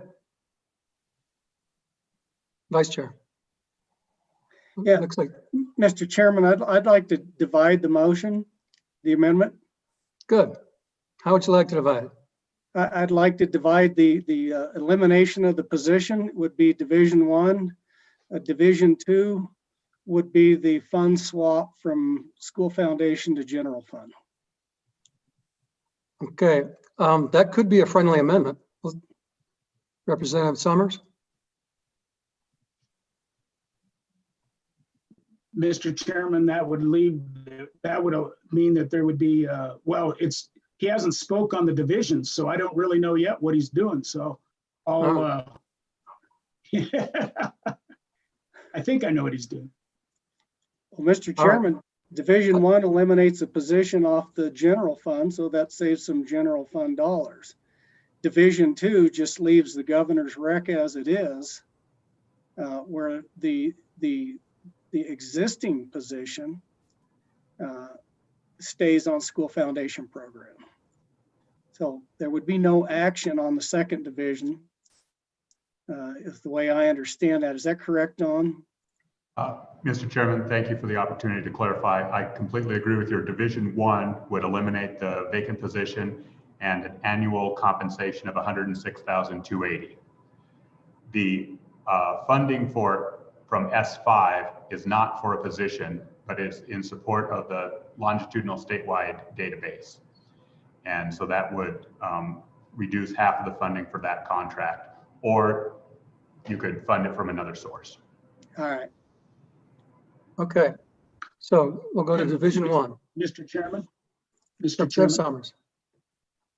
Mr. Chairman, just to comment back on Senator Kinski's, it's not my intention to eliminate that school foundation position. It's just my intention to swap the money utilizing that vacancy. And so, Mr. Chairman, I will be, I support both of these. I guess I'll have to have Dawn describe each one individually, but I support my motion. So if we're splitting it in half, I support each side of the motion. Okay. Okay, Don, just make sure that I'd like to make sure I'm clear on what Division 1 is. Mr. Chairman, as I understand Division 1, it's a elimination of a vacant position and an annualized compensation of $106,000. Okay, Mr. Chairman. Go ahead. On and against the motion. The Community College Commission, I think, has been hit plenty. Tried to put some money back, failed there, but this is, you talk about kicking a guy when they're down. This is the wrong agency to be saving money in. They've already been cut and cut and cut again on and against the motion. Okay, we'll go to Division 1. Division 1 is to what? Mr. Chairman, Division 1 is to eliminate the vacancy, the general fund vacancy. Okay, all those in favor of eliminating the vacancy, raise your hand.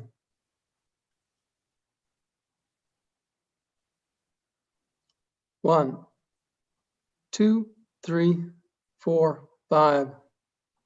1, 2, 3, 4, 5, 6. That motion passes. All those opposed? 1, 2, 3, 4. That's what I see. I'm missing one. No. Okay, Division 2. Mr. Chairman, let's just make sure staff records that vote. Okay, Division 2. Restate the Division 2, please, Don. Mr. Chairman, as I understand this is just a fund swap of $108,288, adding that with general funds from the savings that you just approved, and taking that savings out of school foundation funding. Okay, all those in favor of Division 2, raise your hand. 1, 2, 3, 4, 5, 6, 7. All opposed? 1, 2, 3, 4. That motion also passes. Even with 5. Yeah, you got 2 votes. I counted 5. Okay. Don, that motion having passed, what's on the next? Mr. Chairman, page 27, College Health Insurance, Unit 202. And I would mention— Mr. Chairman.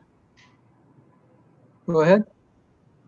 Mr. Chairman, Dawn, just remind me, and I think it's in Unit 2500, which I don't even know is around, but I still want to know whether there's any of that unobligated on 2500, what was left over from the adjuvant professor money. What unit will that be? In a later unit? I just can let you keep going.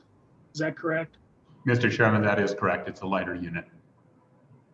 Okay, thank you. Okay, College Health Insurance, Unit 202. Any amendments? Don? Mr. Chairman, this one is not a request of the agency, but if you'll look at the bottom of page 25, the college notes accurately that Wyoming Statute 93210B states that amounts appropriated by the legislature from the general fund for UW and community college employer contributions under this section shall include amounts necessary to fully fund the employer's contribution for those eligible and enrolled employees. For the last 3 years, I believe, the amounts appropriated to the Community College Commission have not been sufficient to meet those needs. If you desire to make a change in the statute, draft a bill. The current funding level on page 27 is again insufficient to pay those employer contributions. So Don, that's because they're following the straight 10% increases? No, Mr. Chairman, both this year as well as in prior years, the Community College Commission has elected to take their cuts in health insurance as opposed to state aid. So essentially they're going against statute by doing so. And so we need to correct those actions and allow them the opportunity to take the cuts where they want by changing the statute, not making this an obligation. Is that fair? That's one option, yes. So do we have a motion? Mr. Chairman, can you want to set me up on that? I'm just having a hard time following. I know these guys don't get block granted. I know they get granted in very specific buckets. So tell me what we're going to do here on page 27. Sure. So we need to modify Wyoming Statute 9-3-210B to accommodate when they need to take cuts. According to this, we need to fully fund the employer's contribution by statute. They like to take their cuts in this location at certain times, and they've done it in the past. So if that's where they wish to make their cuts, and if we're forcing cuts upon them, we should let them take the cuts where they want. And if they want to do it in the employer contribution, then we need to modify the language of the statute to allow them to do so. So we're not going to make any changes on page 27. This is just a motion to draft a bill. That's correct. Okay, so moved. Moved and seconded by Representative Walters. All those in favor of drafting the bill, raise your hand. 1, 2, 3, 4, 5, 6, 7, 8, 9, 10. All right, we'll draft that bill. Thank you, Don. Mr. Chairman, next unit for your consideration is on page 30, library funding, unit 204. Library funding, 204. Any amendments? Seeing none, please proceed. Mr. Chairman. Go ahead. Might I ask, with respect to your bill, this is one of those quote buckets unquote that they're given, that their funding is mandated. I've never understood why we force a certain amount of funding into the libraries and not just block grant them. Your prior bill, is it going to address flexibility here as well, or just the health insurance? I think it's just health insurance. I don't think this is mandatory. This is just, we ask them to tell us where they want their money spent and allocated, and that gives us the opportunity to select where they make cuts. But you're quite right. They do not have to make the cuts here if they choose not to.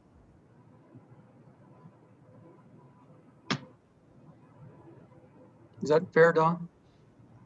Mr. Chairman, that is correct. If you wish to lump in the library funding into state aid, for example, you can do so without any change in legislation. Okay. Okay, please proceed, Don. Mr. Chairman, page 33, adult education, unit 0901. 0901, any amendments? Seeing none, please proceed. Page 36, high school equivalency certification, 902. Any amendments? Seeing none, please proceed. Page 40, the WIN Nursing Loan and Grant Program, Unit 1001. Any amendments? Please proceed. Page 43, the Veterans Tuition Waiver Program, Unit 1501. Any amendments? I think we have a bill on this. Is that, Don? Is that right? No, Mr. Chairman, that's the vehicle registration for veterans. Any amendments? Please proceed. Mr. Chairman, I believe a representative wanted to raise a unit or a division that is not in the budget, 2,500, for a potential amendment. Do you have a page number, Don? It does not appear in this year's budget. There is no supplemental change. Oh, that's right. I'm sorry. So, Mr. Chairman. Go ahead, Representative Summers. Michael? So, Mr. Chairman, the adjuvant, I can never say that name.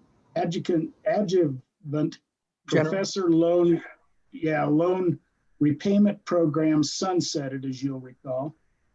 And it was my understanding there might still be school foundation dollars sitting there that could be swept. And so, and I have a figure down there, down here like 95,000, but I'm trying to find out from Dawn if there is any money there. If there is, I'll make a motion to Michael, sweep that. Go ahead. Mr. Chairman, if you look on page 4 of your budget book, since this unit does not receive a reduction, it's not within the lower portion of the book, but you'll find code or division 2000, and that's the adjunct professor program. The $95,000 is school foundation program funding. And so, Mr. Chairman, I think we all remember there was a bill in the House debated. I can't remember if it passed or failed the House, but it didn't get through to re-up that program. So to my knowledge, well, we see it, the 95,000 sitting there. So my motion is to sweep the 95,000. Back to this Put one. it back in. Yeah. Seconded by Representative Larson and Walters. Senator Hicks. So, Mr. Chairman, real quick, my computer was breaking up. Where's that 95,000 going to go? Back to S5. We'll just go back in the S5. It'll just help solve our shortfall. Because it's not being paid out. Is that right, Don? There's no mechanism to pay it out. Mr. Chairman, I believe that is correct. I have not looked out to see what the balance is. There's possible amounts that could have been taken from prior loans or something like that. Maybe staff can look that up, but I don't know the amount that might be encumbered. So any unencumbered amounts of that amount, is that right? That would be the motion, Representative Summers? Correct. Okay, any further discussion? All those in favor, raise your hand. 1, 2, 3, 4, 5, 6, 7, 8, 9, 10. That motion passes. Don? Mr. Chairman, first of all, thank you to staff. All of the $95,000 is available in the balance. The next unit for your consideration is on page 48, Public Television, Unit 3001. Public Television, 3001. Any amendments? Seeing none. Finally, Mr. Chairman, page 51, Wyoming Public Television Council, Unit 3003. Any amendments to the council? All right, seeing none. That takes care of community colleges. Senator Kinsley. It helped me just a little bit of background. Public TV, for some reason, I thought that was funded somehow on a pass-through for the feds, but this is $3.5 million of state general fund money for the public television station. Is that right? That's correct. Is there any chance of federal funds swap out? Has that been looked at? Do you know? I don't know what federal funds they have available, maybe some grant revenues, but they don't, that's down on the special revenue. There's not much. Okay. Thanks, Mr. Chairman. Senator Bebut, would you like to bring up agency, was it 43? Mr. Chairman, I believe it's 23, the Public Service Commission. 23, right. Yeah, Mr. Chairman, thank you. Is that where the OCA is? Yes. Yeah, and real quickly, Mr. Chairman, and we've had this discussion for years, and I don't know if there's any aptitude by the JAC to look at this. You know, they clearly don't do their job, as witnessed by the what's going on with Rocky Mountain Power and the PSC hearings and their IRP and all the, failing to even recognize the impact to the the local communities, job loss, so on and so forth. And of course, it's funded by special revenue funds from the PSC out of our utility rates. So there's really no savings that we get out of that to the general fund. I think we've tried shots across the bow. We've done everything except eliminate them. I don't know if there's an appetite. I don't think they do their job at all. And I've told them that, and we've had it in committee meetings and hearings. And they have a constituency out there. The name of it of itself is consumer advocacy. Well, they're not my advocate, I could tell you that. And everything they've done in terms of what I think is important to Wyoming, they've been going in the opposite direction.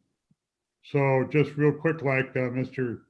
Co-Chair, I would move that we delete it and give the money back to the ratepayers out of their budget. And if there's any, that's the deal. And I get it if you don't want to do it. But that to me is a real travesty in the way we run our PSC and try to take care of consumer affairs, which we're not doing at all. Second. Motion. Second. I don't know the page number and all that. Don, help me out. But that would be it. Mr. Chairman, I don't believe this appears in the supplemental. It does appear in Chapter 80, which you approved last year in Wyoming Session Laws, Chapter 80. The balance for 1 year's worth, because this fiscal year is already ongoing, would be $1,054,308 of special revenue. And perhaps Michael could correct me, but I think this one would also benefit from a bill draft, if you so desire, to eliminate the statutes authorizing this function. Well, Mr. Co-Chair, why don't we do this? Why don't we see if there's any appetite to draft a bill first? And I would make that motion. We draft a bill to eliminate them, and if it passes, then we can deal with the budget. If not, then they skate again. So that would be my motion. Second. So discussion. So Mr. Co-Chair, I agree. We kind of wrestled this around back and forth for a while. The problem is that we need somebody to perform the function of providing the contested case hearings and advocating for the state of Wyoming. And if we just eliminate and the average consumer on the block, the problem to me is not the community.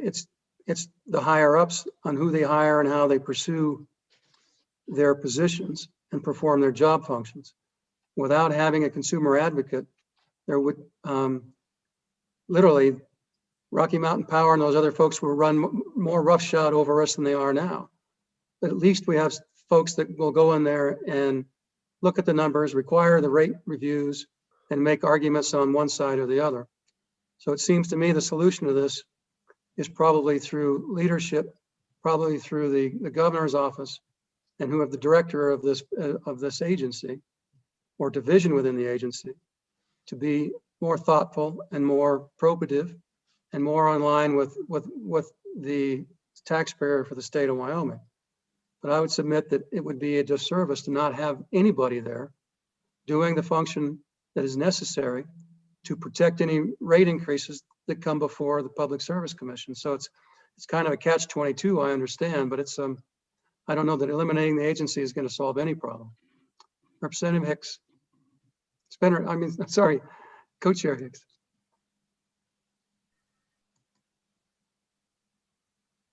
Thank you for the promotion, Co-Chairman Nicholas. I don't know which House member I just replaced, Burkhart or Paxton, but I'll let you notify them. Bob or Co-Chairman Nicholas, I guess the question I would have, this is relatively new. When I say that, I know this office was implemented sometime around the early to mid 2000s. So how did it work, for the previous 100 years prior to the OCA even existing? So when I used to work for the PSC, that was in 1986, 87, this office existed at that time. And I know that I think it goes back to the 70s. Don, do we have any more information on that? Michael?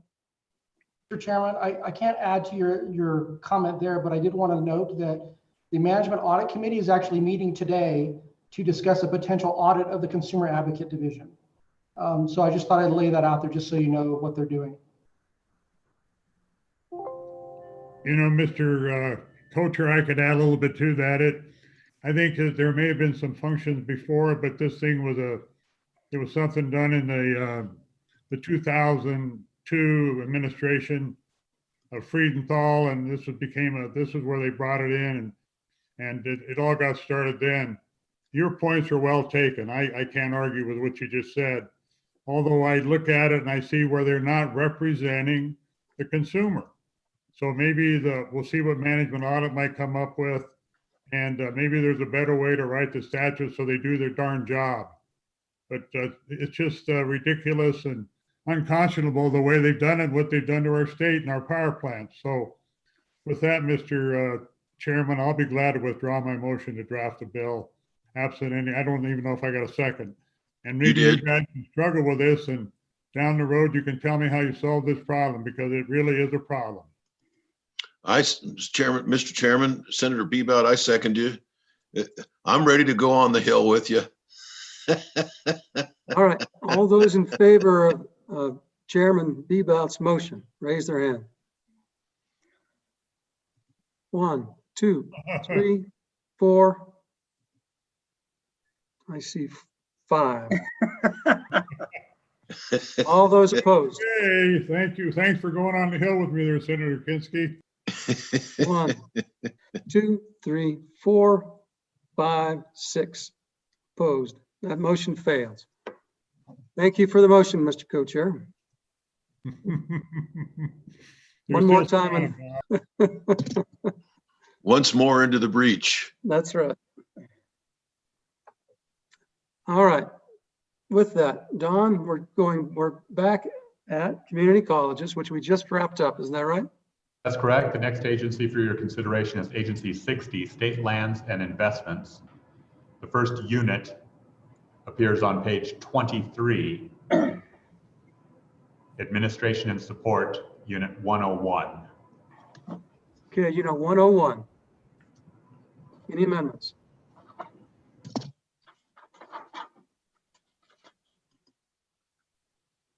Seeing none, please proceed. The next Mr. unit Chairman. Go ahead. Mr. Chairman, Don, you let me know where my amendment resides, because I forgot to write the unit number down. May not even be in the book. Yes, Mr. Chairman, I believe the next unit is on page 30, Trust Land Management, Unit 102. And at the bottom of page 30, I believe Representative Summers was particularly interested. Please proceed, Representative Summers. So, Mr. Chairman, as you can see in this unit, there's some school foundation dollars. And so, Mr. Chairman, just kind of being consistent with what the governor has cut in other agencies in general fund, and even this agency in general fund, is I'd like to cut 15% of that $392,800 in S5, which is $58,920 in S5. I'd like to cut that amount. And there is currently, I ask the agency how much is unobligated. There's $260,300 unobligated, so I know that the money's there. So what I'm asking for is just to reduce this amount, kind of like we've reduced other budgets and other agencies of general fund to help solve school foundation. Do we have a second? Issues. Second by Representative Larson. Discussion. Could you repeat that, please? The motion. And Mr. Chairman, I might need some help on how it biennializes with Mr. Richards. But the motion is, right now, they are budgeted in school foundation to the amount of $392,800. I am suggesting that we cut 15% from that amount. It's not going anywhere. It would just go back in to help solve our shortfall.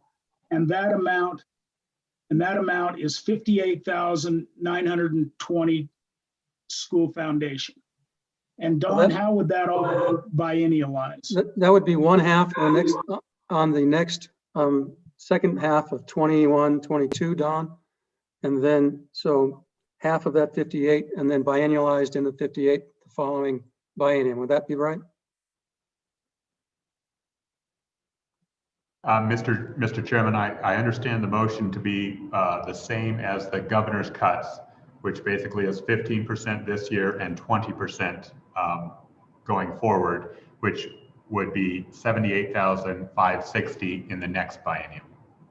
So that 59. There you go. Yep, that's correct. Okay. Does everyone understand the motion? Senator Vice Chair Hicks. Yeah, understand the motion, but what do they do with these funds? I mean, what does this program, what do these programs support? It's my understanding that they use it to support all kinds of projects or on state lands.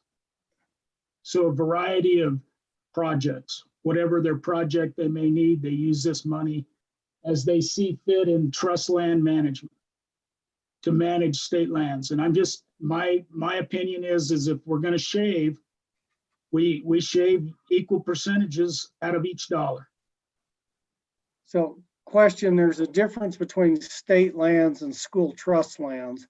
I'm assuming these are used for school trust lands, not state parks or other institutional. They may be other institutions, but that's my assumption. Mr. Chairman, it was my understanding it was more like the land issue, like not facilities, but more like the management on state lands.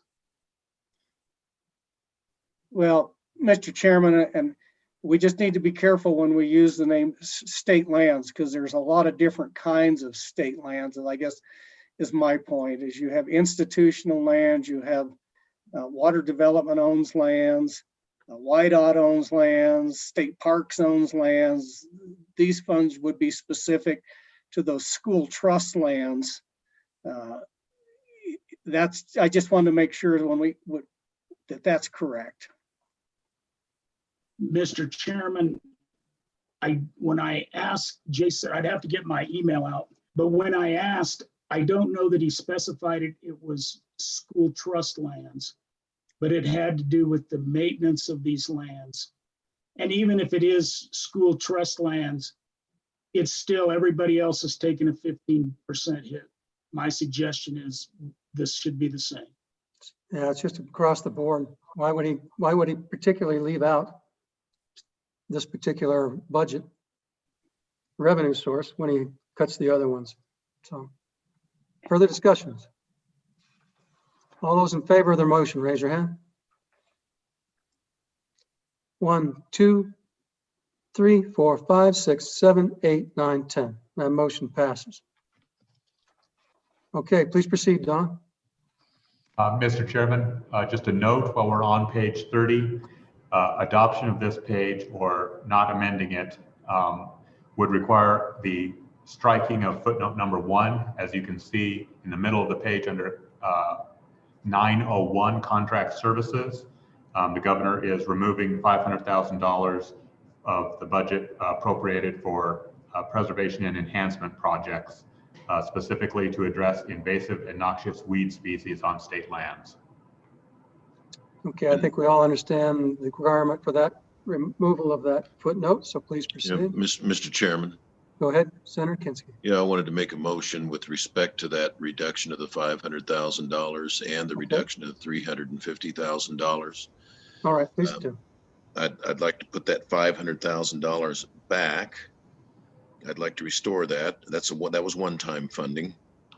And then the $350,000 was ongoing funding. And I'd make a note in the narrative. The agency says control of noxious weeds and pests has a direct relationship to the monetary value of a parcel of state trust lands, impacts the revenue that could be derived from the parcel. OSLI anticipates a reduction in noxious weed and pest control activities on its lands by reduced funding, diminishing efforts, risk losing the gains previously made towards eradication.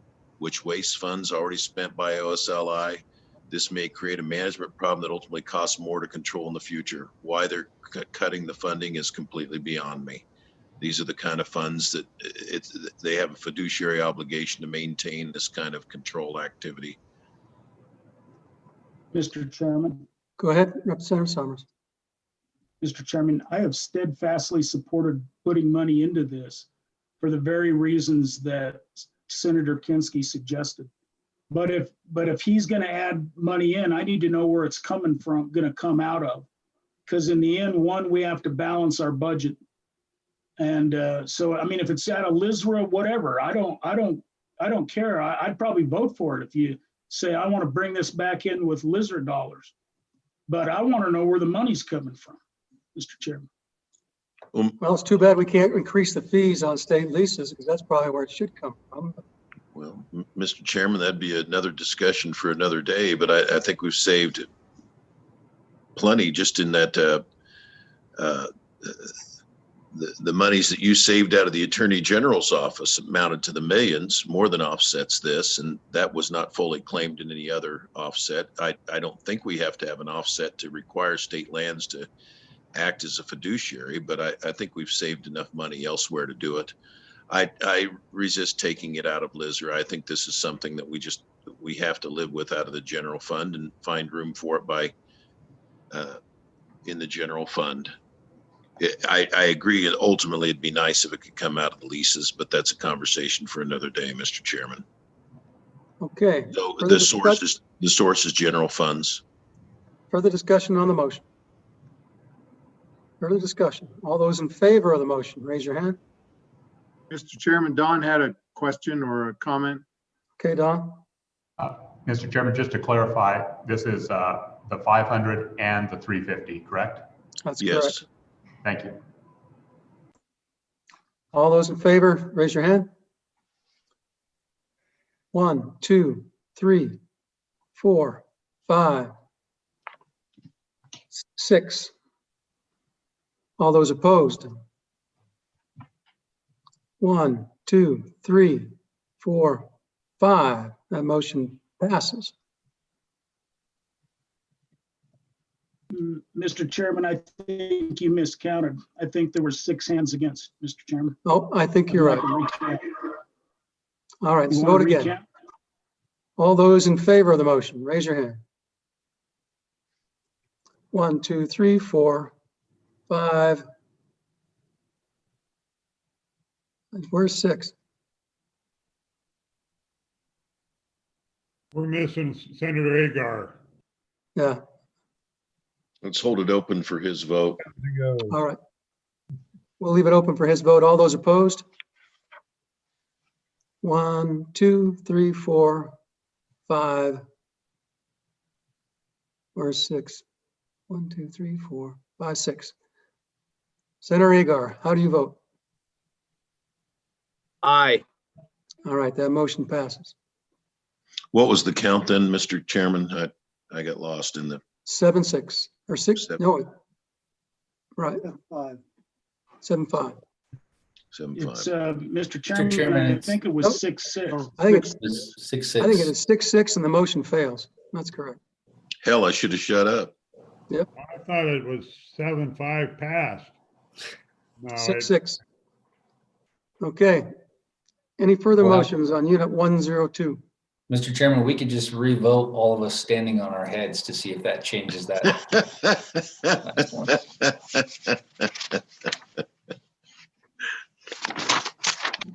Don, next unit. Mr. Chairman, the next unit appears on page 33, Trust Land Proposal Study, Unit 117.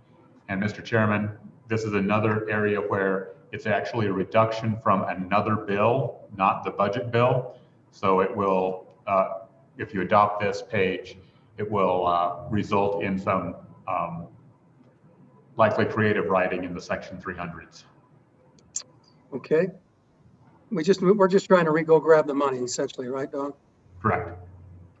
Okay, all those in favor say aye or raise your hand.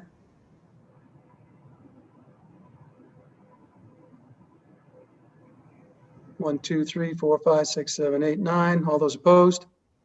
That motion passes. Mr. Chairman, the next Be unit is creative. on Okay. page 38, Drinking Water Revolving Fund, Unit 131. Any amendments? Seeing none, please proceed. Page 45, Forestry Division, Unit 201. Unit 201, any amendments? Seeing none, please proceed. Page 51, Fire, 401. Unit 401, page 51, any amendments? Seeing none, please proceed. Page 54, Cities, Towns, and Counties, Capital Construction, Unit 901. Mr. Chairman, this is a requirement to have a bill draft of the local government direct distribution funding. You requested that bill last week. I believe it has been drafted. It's going through the review process right now. So the motion would be to adopt the Gov's rec, which is that correct? So the bill would be drafted to have 95 versus 105? Mr. Chairman, if you concur with the governor's rec, no action is necessary, only amendment. Okay. Any amendments? I don't have an amendment, Mr. Chairman, just a question to be sure that they've already gone, all the money's already gone out for this year that we're in. And so the bulk of the money is taken out of the second year. Is that not correct? Mr. Chairman, that is my understanding. There is one more payment to go out this year, but I believe the executive branch is awaiting legislative action on this item. Thank you. Mr. Chairman. Representative Walters. Thank you, Mr. Chairman. Would it be advisable for us to deny the governor's recommendation in this regard, as this is not a necessary function of government, as they have pointed out in years past, and that is why we have a separate bill relating to this matter? By approving it, then we are approving this within the budget.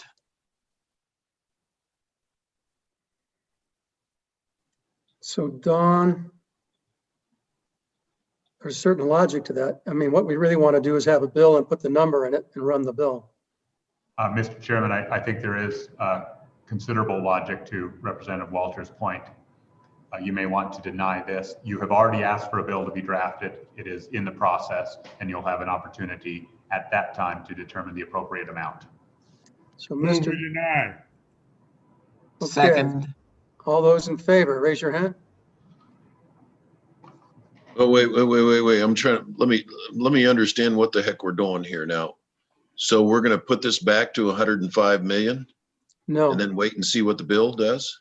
no, we're going to deny any Gov's actions at all, because we're going to pass this in a bill and we will establish the number, and it will be a separate bill that deals with the funding for cities, towns, and counties. So we're taking the whole 105 out. Correct.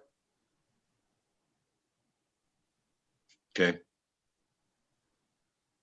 Mr. Okay. Chairman, Go ahead. Mr. Chairman, I think it'd be characterized as, we don't really think that this can be put in the budget, because this was amount of money that was passed in a bill. So if we want to reduce that, it's really us, not him, that can reduce it. And I think that's why the bill is the appropriate mechanism. Yeah, better said. And then also, Mr. Chairman, did it, to Representative Walters' point, does it come up against the constitutional constraint as to what can be contained in a budget bill and not, or is that not an issue?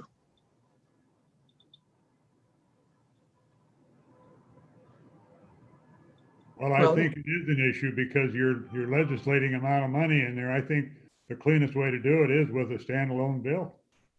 Okay. Representative Schwartz. Thank you. But just for clarification, the motion that was made was to deny the governor's rec, was the way I understood it, which will then leave this at the 105 million, which we then deal with in a separate bill. That's my understanding. That's correct.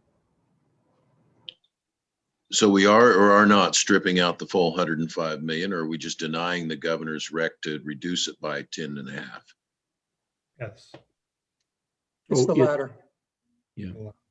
Representative Larson. So, Mr. Chairman, I have a question back to Don's comments regarding the executive branch waiting for legislative decisions before the next payment goes out. And so if nothing can happen until it's in the bill, so it's currently at the 105. So if we do nothing, we draft a bill, even with this bill, no action would take place until the end of fiscal year. Is that not right, Don? And so is there a hang up that we're causing here somehow, or I sensed a little disconnect on them waiting on us to determine what we're going to do. Mr. Chairman, let me be very clear. It's not my call as to what they elect to do, but I think they've expressed considerable caution in not proceeding with any reductions to the local government distribution. And that certainly is consistent with prior LSO opinion on this matter, that the executive does not have the ability to modify a formula in statute until the legislature acts to do so. I'm not saying they have to, but it is consistent with our prior positions. Okay, thank you. That clarified it. So, Yeah, Mr. Chairman. Go ahead, Mr. Co-Chair. Yeah, thank you, Mr. Chairman. You know, this is there's merits to this both ways. There really is. And I still think you need to have the bill to do that. And certainly then one could prevail over there. I think that's what we've done in the past. But if you eliminate it out of there and you take the general fund dollars, I think there's other consequences down the road that could be utilized in terms of round robin, where this money may or may not go. So I, for one, am not anxious to say no money to the cities, towns, and counties. I don't think that's what I would be in favor of. What I am in favor of is at least looking at drafting a bill, but not put this money back on the table so it could be spent somewhere else. I still think we have an obligation to fulfill our agreement that we made during the last session when we did this for the 105. Mr. Chairman, if I could, let me ask you, I feel like I'm the slow boat on this one. Is the point that we feel the governor doesn't have any authority to alter the 105 because it's statutory? That's correct. Okay. But wouldn't we be well advised to go ahead and at least adopt the reduction just in case we don't get that bill done? At least we can slow the signal that we're ready to reduce it. Or are you saying this reduction in the budget would have no effect whatsoever? We shouldn't be doing it in the budget either. Yeah, if we do it in the budget, it's called the red light, yellow light. Basically, we're saying don't follow our laws when we don't want you to in a budget bill. So we need to do it on our own through a bill, and the bill's being drafted. So we'll draft the bill and we'll do it. Okay. So the motion is to deny the governor's rec for a cut of the 10.5 million. All right. Representative Kinner. Thank you, Mr. Chairman. So to help us clarify this, I worry about sending the wrong message by basically appearing that we're restoring the whole funding if down the road we intend to handle it with a bill and do otherwise. So would it be helpful at least to put a footnote there somewhere that there is a bill being drafted to consider this? I guess I'm worried about signals. I am too. There's nothing new about the signal. We do this every time we have budgets and this or other things. And it's consistently been our practice. Okay.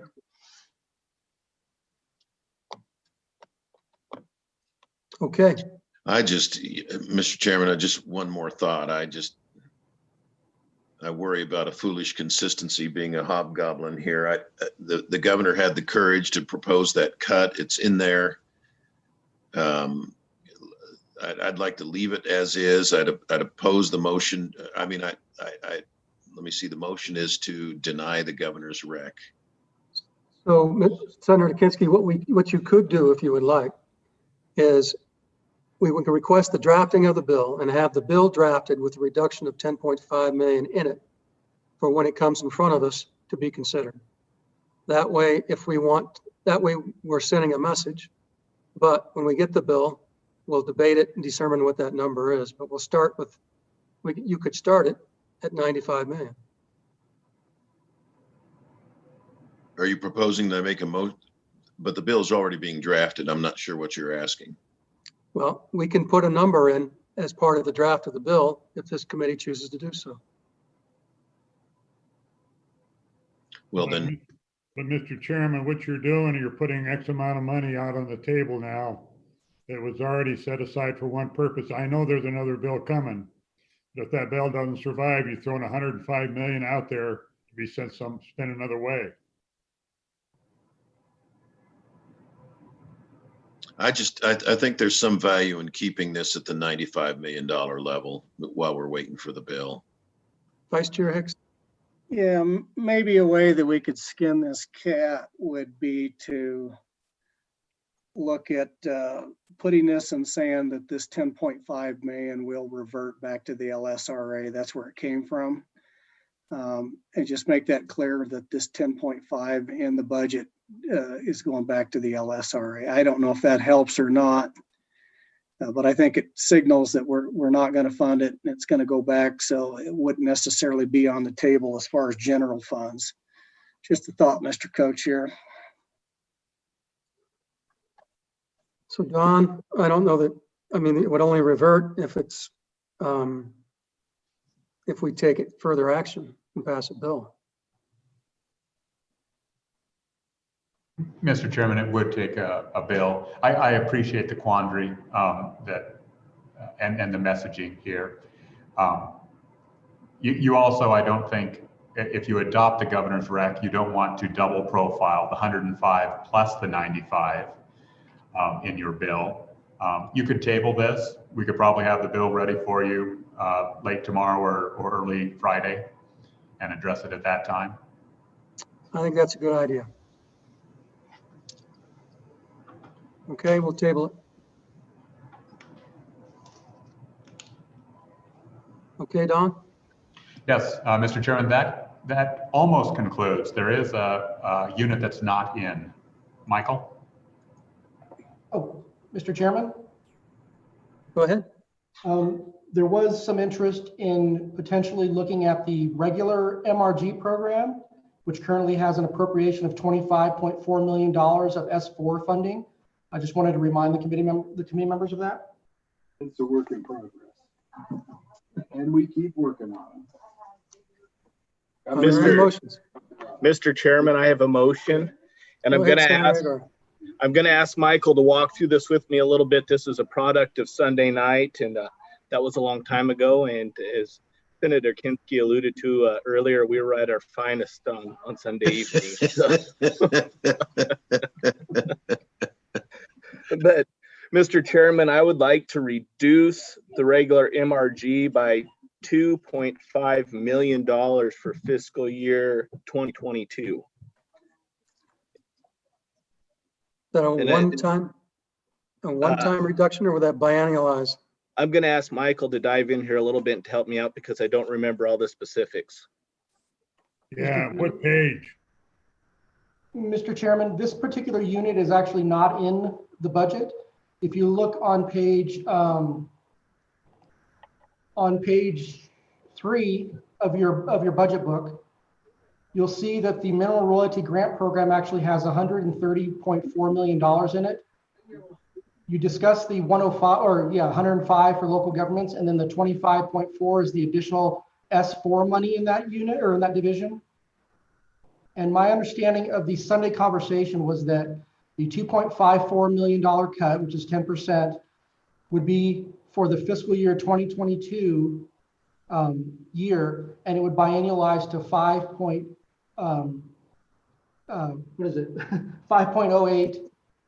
million for the next biennium.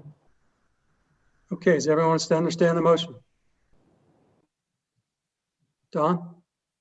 Mr. Chairman, this is a reduction of 10% the first year, building to 20%, but it is on a number that really has no meaning because that $25.4 million is the maximum we could receive from both COLEAS bonus funds, and there are no COLEAS bonus funds, FMRs, and severance taxes. In fact, there's only $8,024,000 of that $25.4 million appropriation that is available for expenditure for a variety of reasons. Number one, we put that in just in case there's a COLEAS bonus sale sometime during the biennium. In addition, this committee and the governor have used S4 MRG funds for other purposes, WyoLink being one of them, a matching program for the drinking water loan repayment program in this same agency. So we do think this is not actually generating any savings. Fine to do, but I just want to be real clear. Chairman Biba. Yeah, thank you, Mr. Chairman. We had a lot of discussion during the budget hearings on this before, and just refresh my memory, Don or Michael, the number, and I understand what Don just said, but there were reductions made in this area, and refresh my memory if you would, please.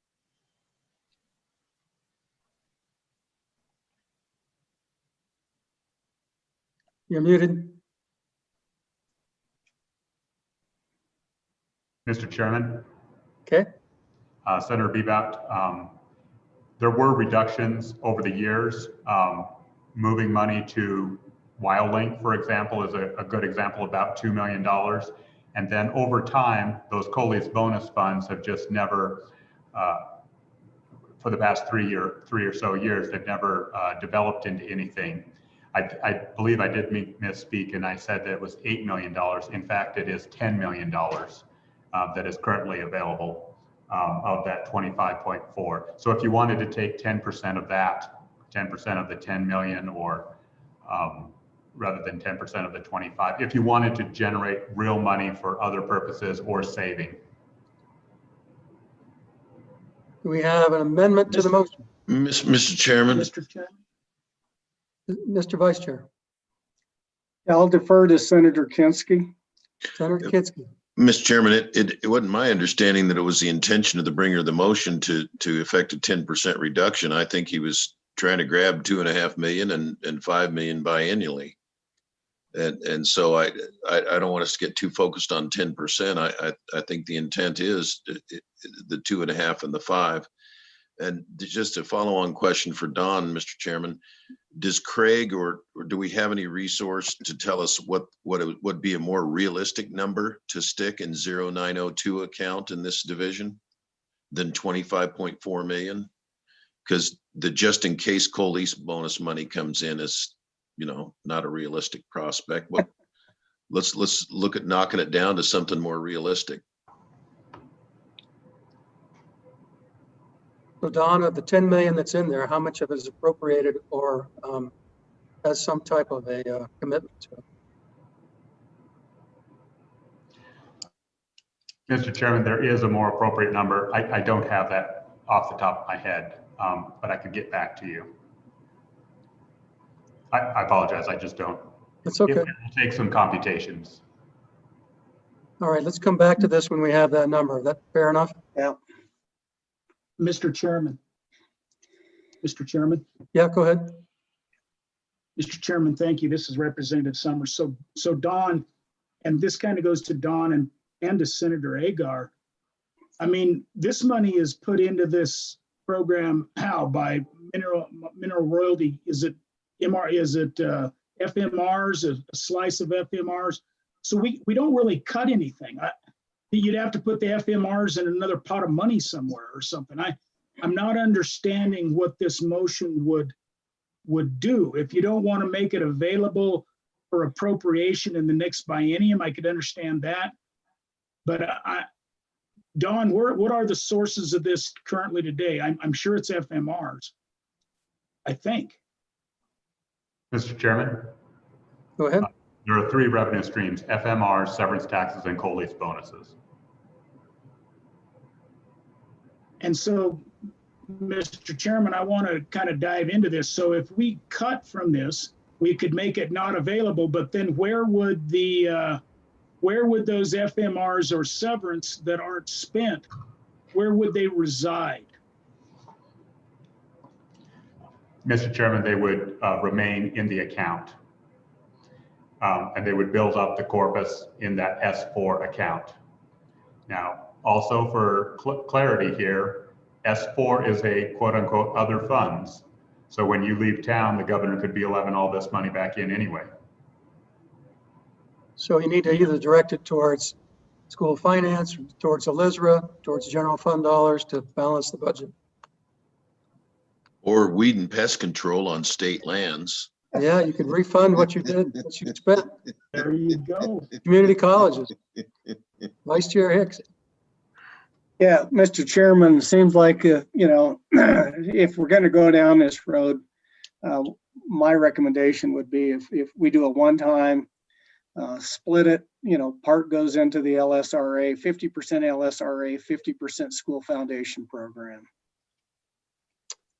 Okay, so let's table this, and we'll have that as the tentative source when we get a hard number from Don. Does that work? Okay. All right, please proceed. Chairman, I believe that concludes Office of State Lands. If you want to move to the next agency. You bet. So I see that it's 4:45. Did we get a hold of Matt Wilmarth so that? We did. We have a Teams meeting, myself, Senator Hicks, and Representative Summers set for 14 minutes from now. All right, let's see how far we can get. As long as we don't get high-centered on the governor's residence, we'll be all right. Mr. Chairman, the next agency is Agency 67, the University of Wyoming. Now that's a high center if I ever heard one.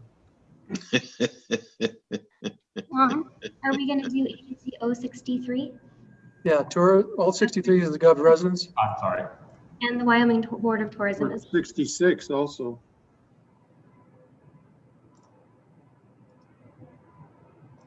Mr. Chairman, that's correct. The next agency is 63, Governor's Residence. The first unit is Unit 101 on page 11. Gov's residency, any motions? 63. Seeing none, please proceed. Mr. Chairman, the next unit appears on page 14, Unit 201 in the Governor's Residence. Any motions? Seeing none, go ahead. Mr. Chairman, your next agency is Agency 66, the Wyoming Tourism Board. There's only one unit for your consideration that has a supplemental request. It appears on page 21, Wyoming Tourism Board, Unit 101. All right.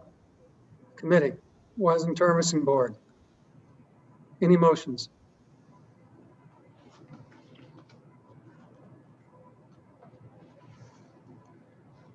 Seeing none, please proceed. Now, Mr. Chairman. Representative Larson. So when will the tourism board, Don, start seeing revenue generated from the tax we implemented last year?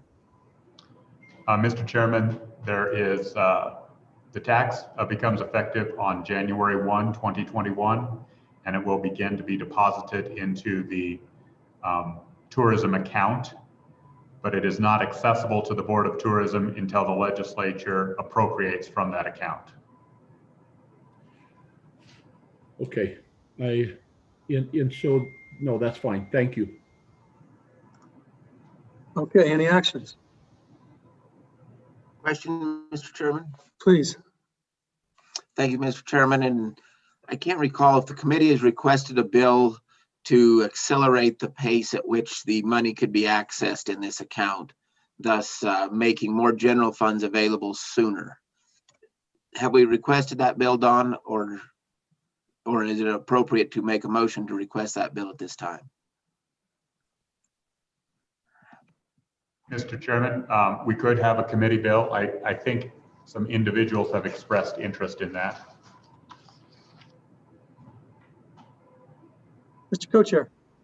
Yeah, Mr. Co-Chair, I seem to recall the other day when we were talking about this, And I think the discussion might have come from Representative Summers, I'm not sure, but the lack of any reduction in personnel when we looked at this entire budget, the 100 series, although it's a different situation over there, I understand that. Where did that go, or what happened with that conversation? Maybe Representative Summers can help me out. Representative Summers. Mr. Chairman, I don't recall.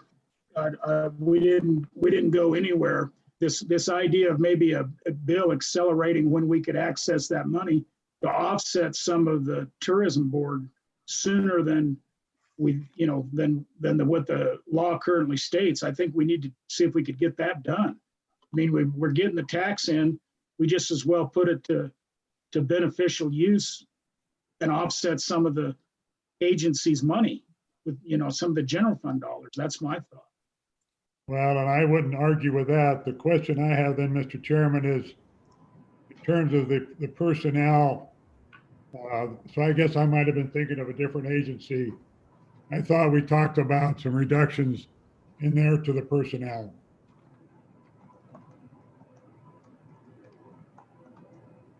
I'm not aware of it.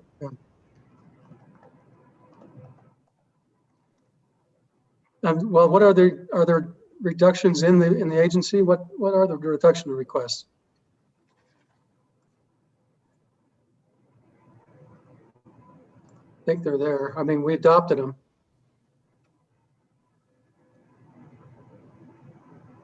Yeah, Mr. Chairman, we'll be going through that. I think the question that Representative Walters had, should we get a bill draft going to try to capture some of that money a little earlier? I mean, it's not going against the spirit of the bill. It's just if the money's coming in, why can't we offset a little bit of that money now in general fund? And I think we should at least get that drafted so we. So I agree, and I think I thought we had that discussion to proceed on that bill. At least we did on the House side. President Stiff. Mr. Chairman, and to support Co-Chairman Bebout's point, I think it's interesting looking at the number of employees and dividing by the personnel costs. The wages paid, Wyoming Tourism Board is a good place to work. I mean, the pay there is as good as in the district attorney's office in Cheyenne. So I don't know how you deal with that, but something to think about. Senator Grew. Thank you, Mr. Chairman. I'd just like to point out that they have not had an increase in the number of employees in the Department of Tourism in 12 years.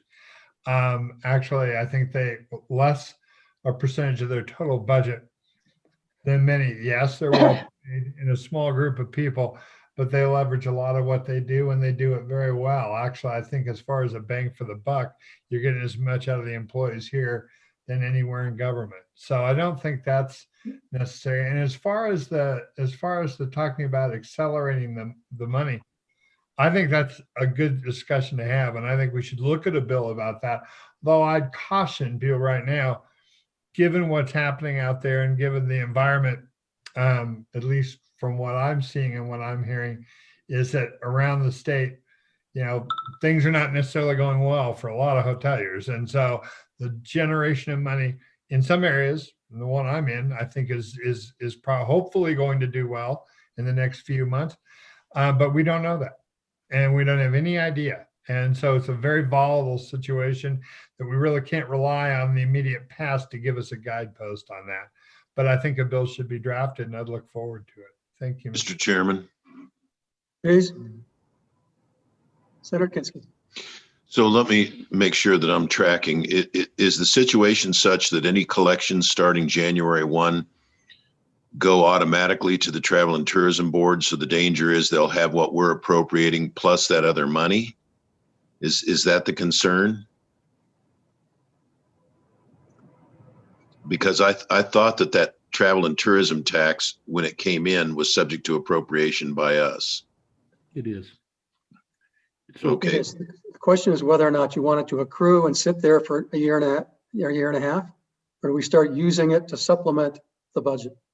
To offset, and wouldn't that just be a simple footnote to say we're going to substitute dollar for dollar for what we've appropriated for all collections from that tax? Or does that take a bill? Would a footnote be contradicted to the bill? Mr. Chairman, unfortunately, the language of the bill required like a 3-year look back to provide equitable distribution of both the local share and the state share. So there is a way to write it so that the funds become available for expenditure quicker, but it is extensive enough that it could not be accomplished in a footnote. Okay, I'm with you now, Mr. Chairman. Thank you. Okay, all those in favor of drafting the bill, raise your hand.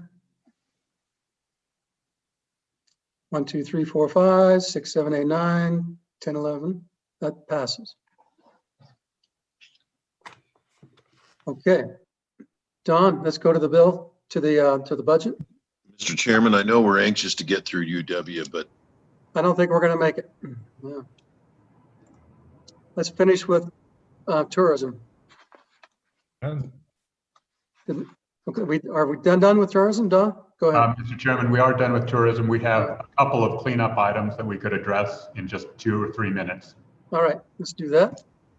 The first is we visited with some staff from the State Treasurer's Office, and their technical correction, which we brought to your attention this morning, is not necessary. We apologize for that and would ask that you recede on that position. All those in favor of receding, raise your hand.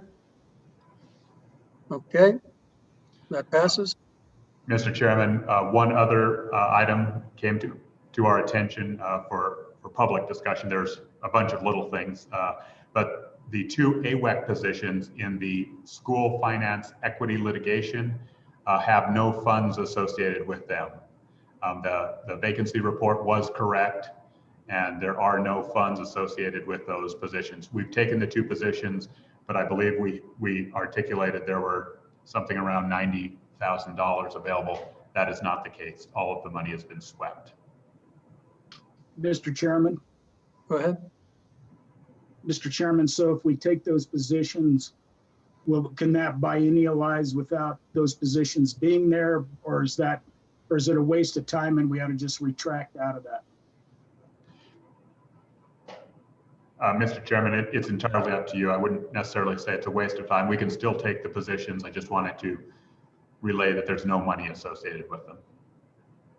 So, Mr. Chairman, it was a 7-5 split. If there's no money there, it's kind of a waste of time. Yeah, I would concur. So all those in favor of receding on that vote, raise your hand. Mr. Chairman, real quick, I'm trying to recall, Don, was that a 7-5? I thought that was nearly unanimous. What agency? I thought it was unanimous. Polly? That was agency 015115. Yeah, it passed overwhelmingly. I think you're right, but if there's no money, there's no point. I would still just recede on it. There's the motion. Do I have a second? Moved and seconded. All those in favor, say aye. 1, 2, 3, 4, 5, 6, 7, 8. That motion passes. Okay. Don, walk us through tomorrow real quick. Mr. Chairman, there are no bills scheduled for tomorrow. I would assume that you would pick up with the University of Wyoming. I think you can. You've made excellent progress. That was actually an informal goal on day 1, is to get to about the University of Wyoming. It would have been ideal to get through it, but we're right on pace. We'll proceed through the rest of the budgets, including the judiciary. If you wish, at the conclusion of that, we can walk through the Section 300s, the governor's letters, the treasurer letter. If you want to continue to proceed on Thursday with the hopes of wrapping up early Friday, we can proceed to the state capital construction bill and leave round robin for the closing item. Okay, we'll get as far as we can get, but either way, Mr. Chairman, we'll be a long way down the pike. Go ahead. Mr. Chairman, thank you. Don, are we going to be doing round robin on like Friday afternoon then? So I just hope it doesn't get this late on round robin, right? Because the longer I hate to say this to all of us old people, but the longer we get in the evening, the slower and the less we comprehend. So I'm just kind of wondering how you view that Friday going. Mr. Chairman, you're on good pace today to finish up, I'd say middle afternoon on Friday.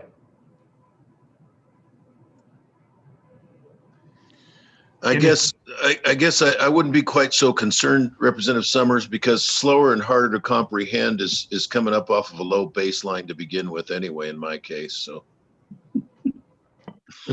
All of us, Senator. I might also, Mr. Chairman, I think you've addressed all of the footnotes that we have, so that will go quicker. We have a couple of bills to bring to your attention, and 3/5 of the amendments that have been suggested to us have been all addressed. Yeah, I think tomorrow actually should go faster than normal, because other than 2 or 3 agencies and Capcom and UW, other than that, they'll be pretty quick for the most part. Yeah, Mr. Chairman. Go ahead. Yeah, thank you, Mr. Chairman. I've got some things I got to do medically in the morning. I wanted to participate on UW. My colleagues in the Senate can probably pretty much carry that. One of the things that I wanted to mention to everybody is I have concerns about the athletic department budget. And I have talked to the athletic director, and, you know, maybe we ought to have some discussion there because of the benefits of that. And, you know, I mean, I'm all in favor of the reduction of the university, particularly some of the colleges and some of those things that we do. But, you know, to cut our nose off to spite our face with athletics would be a wrong move, in my opinion. So hopefully I'll be there tomorrow to defend that. And if not, you guys will do what's right. Okay, appreciate it, Mr. Co-Chair. We'll back you up.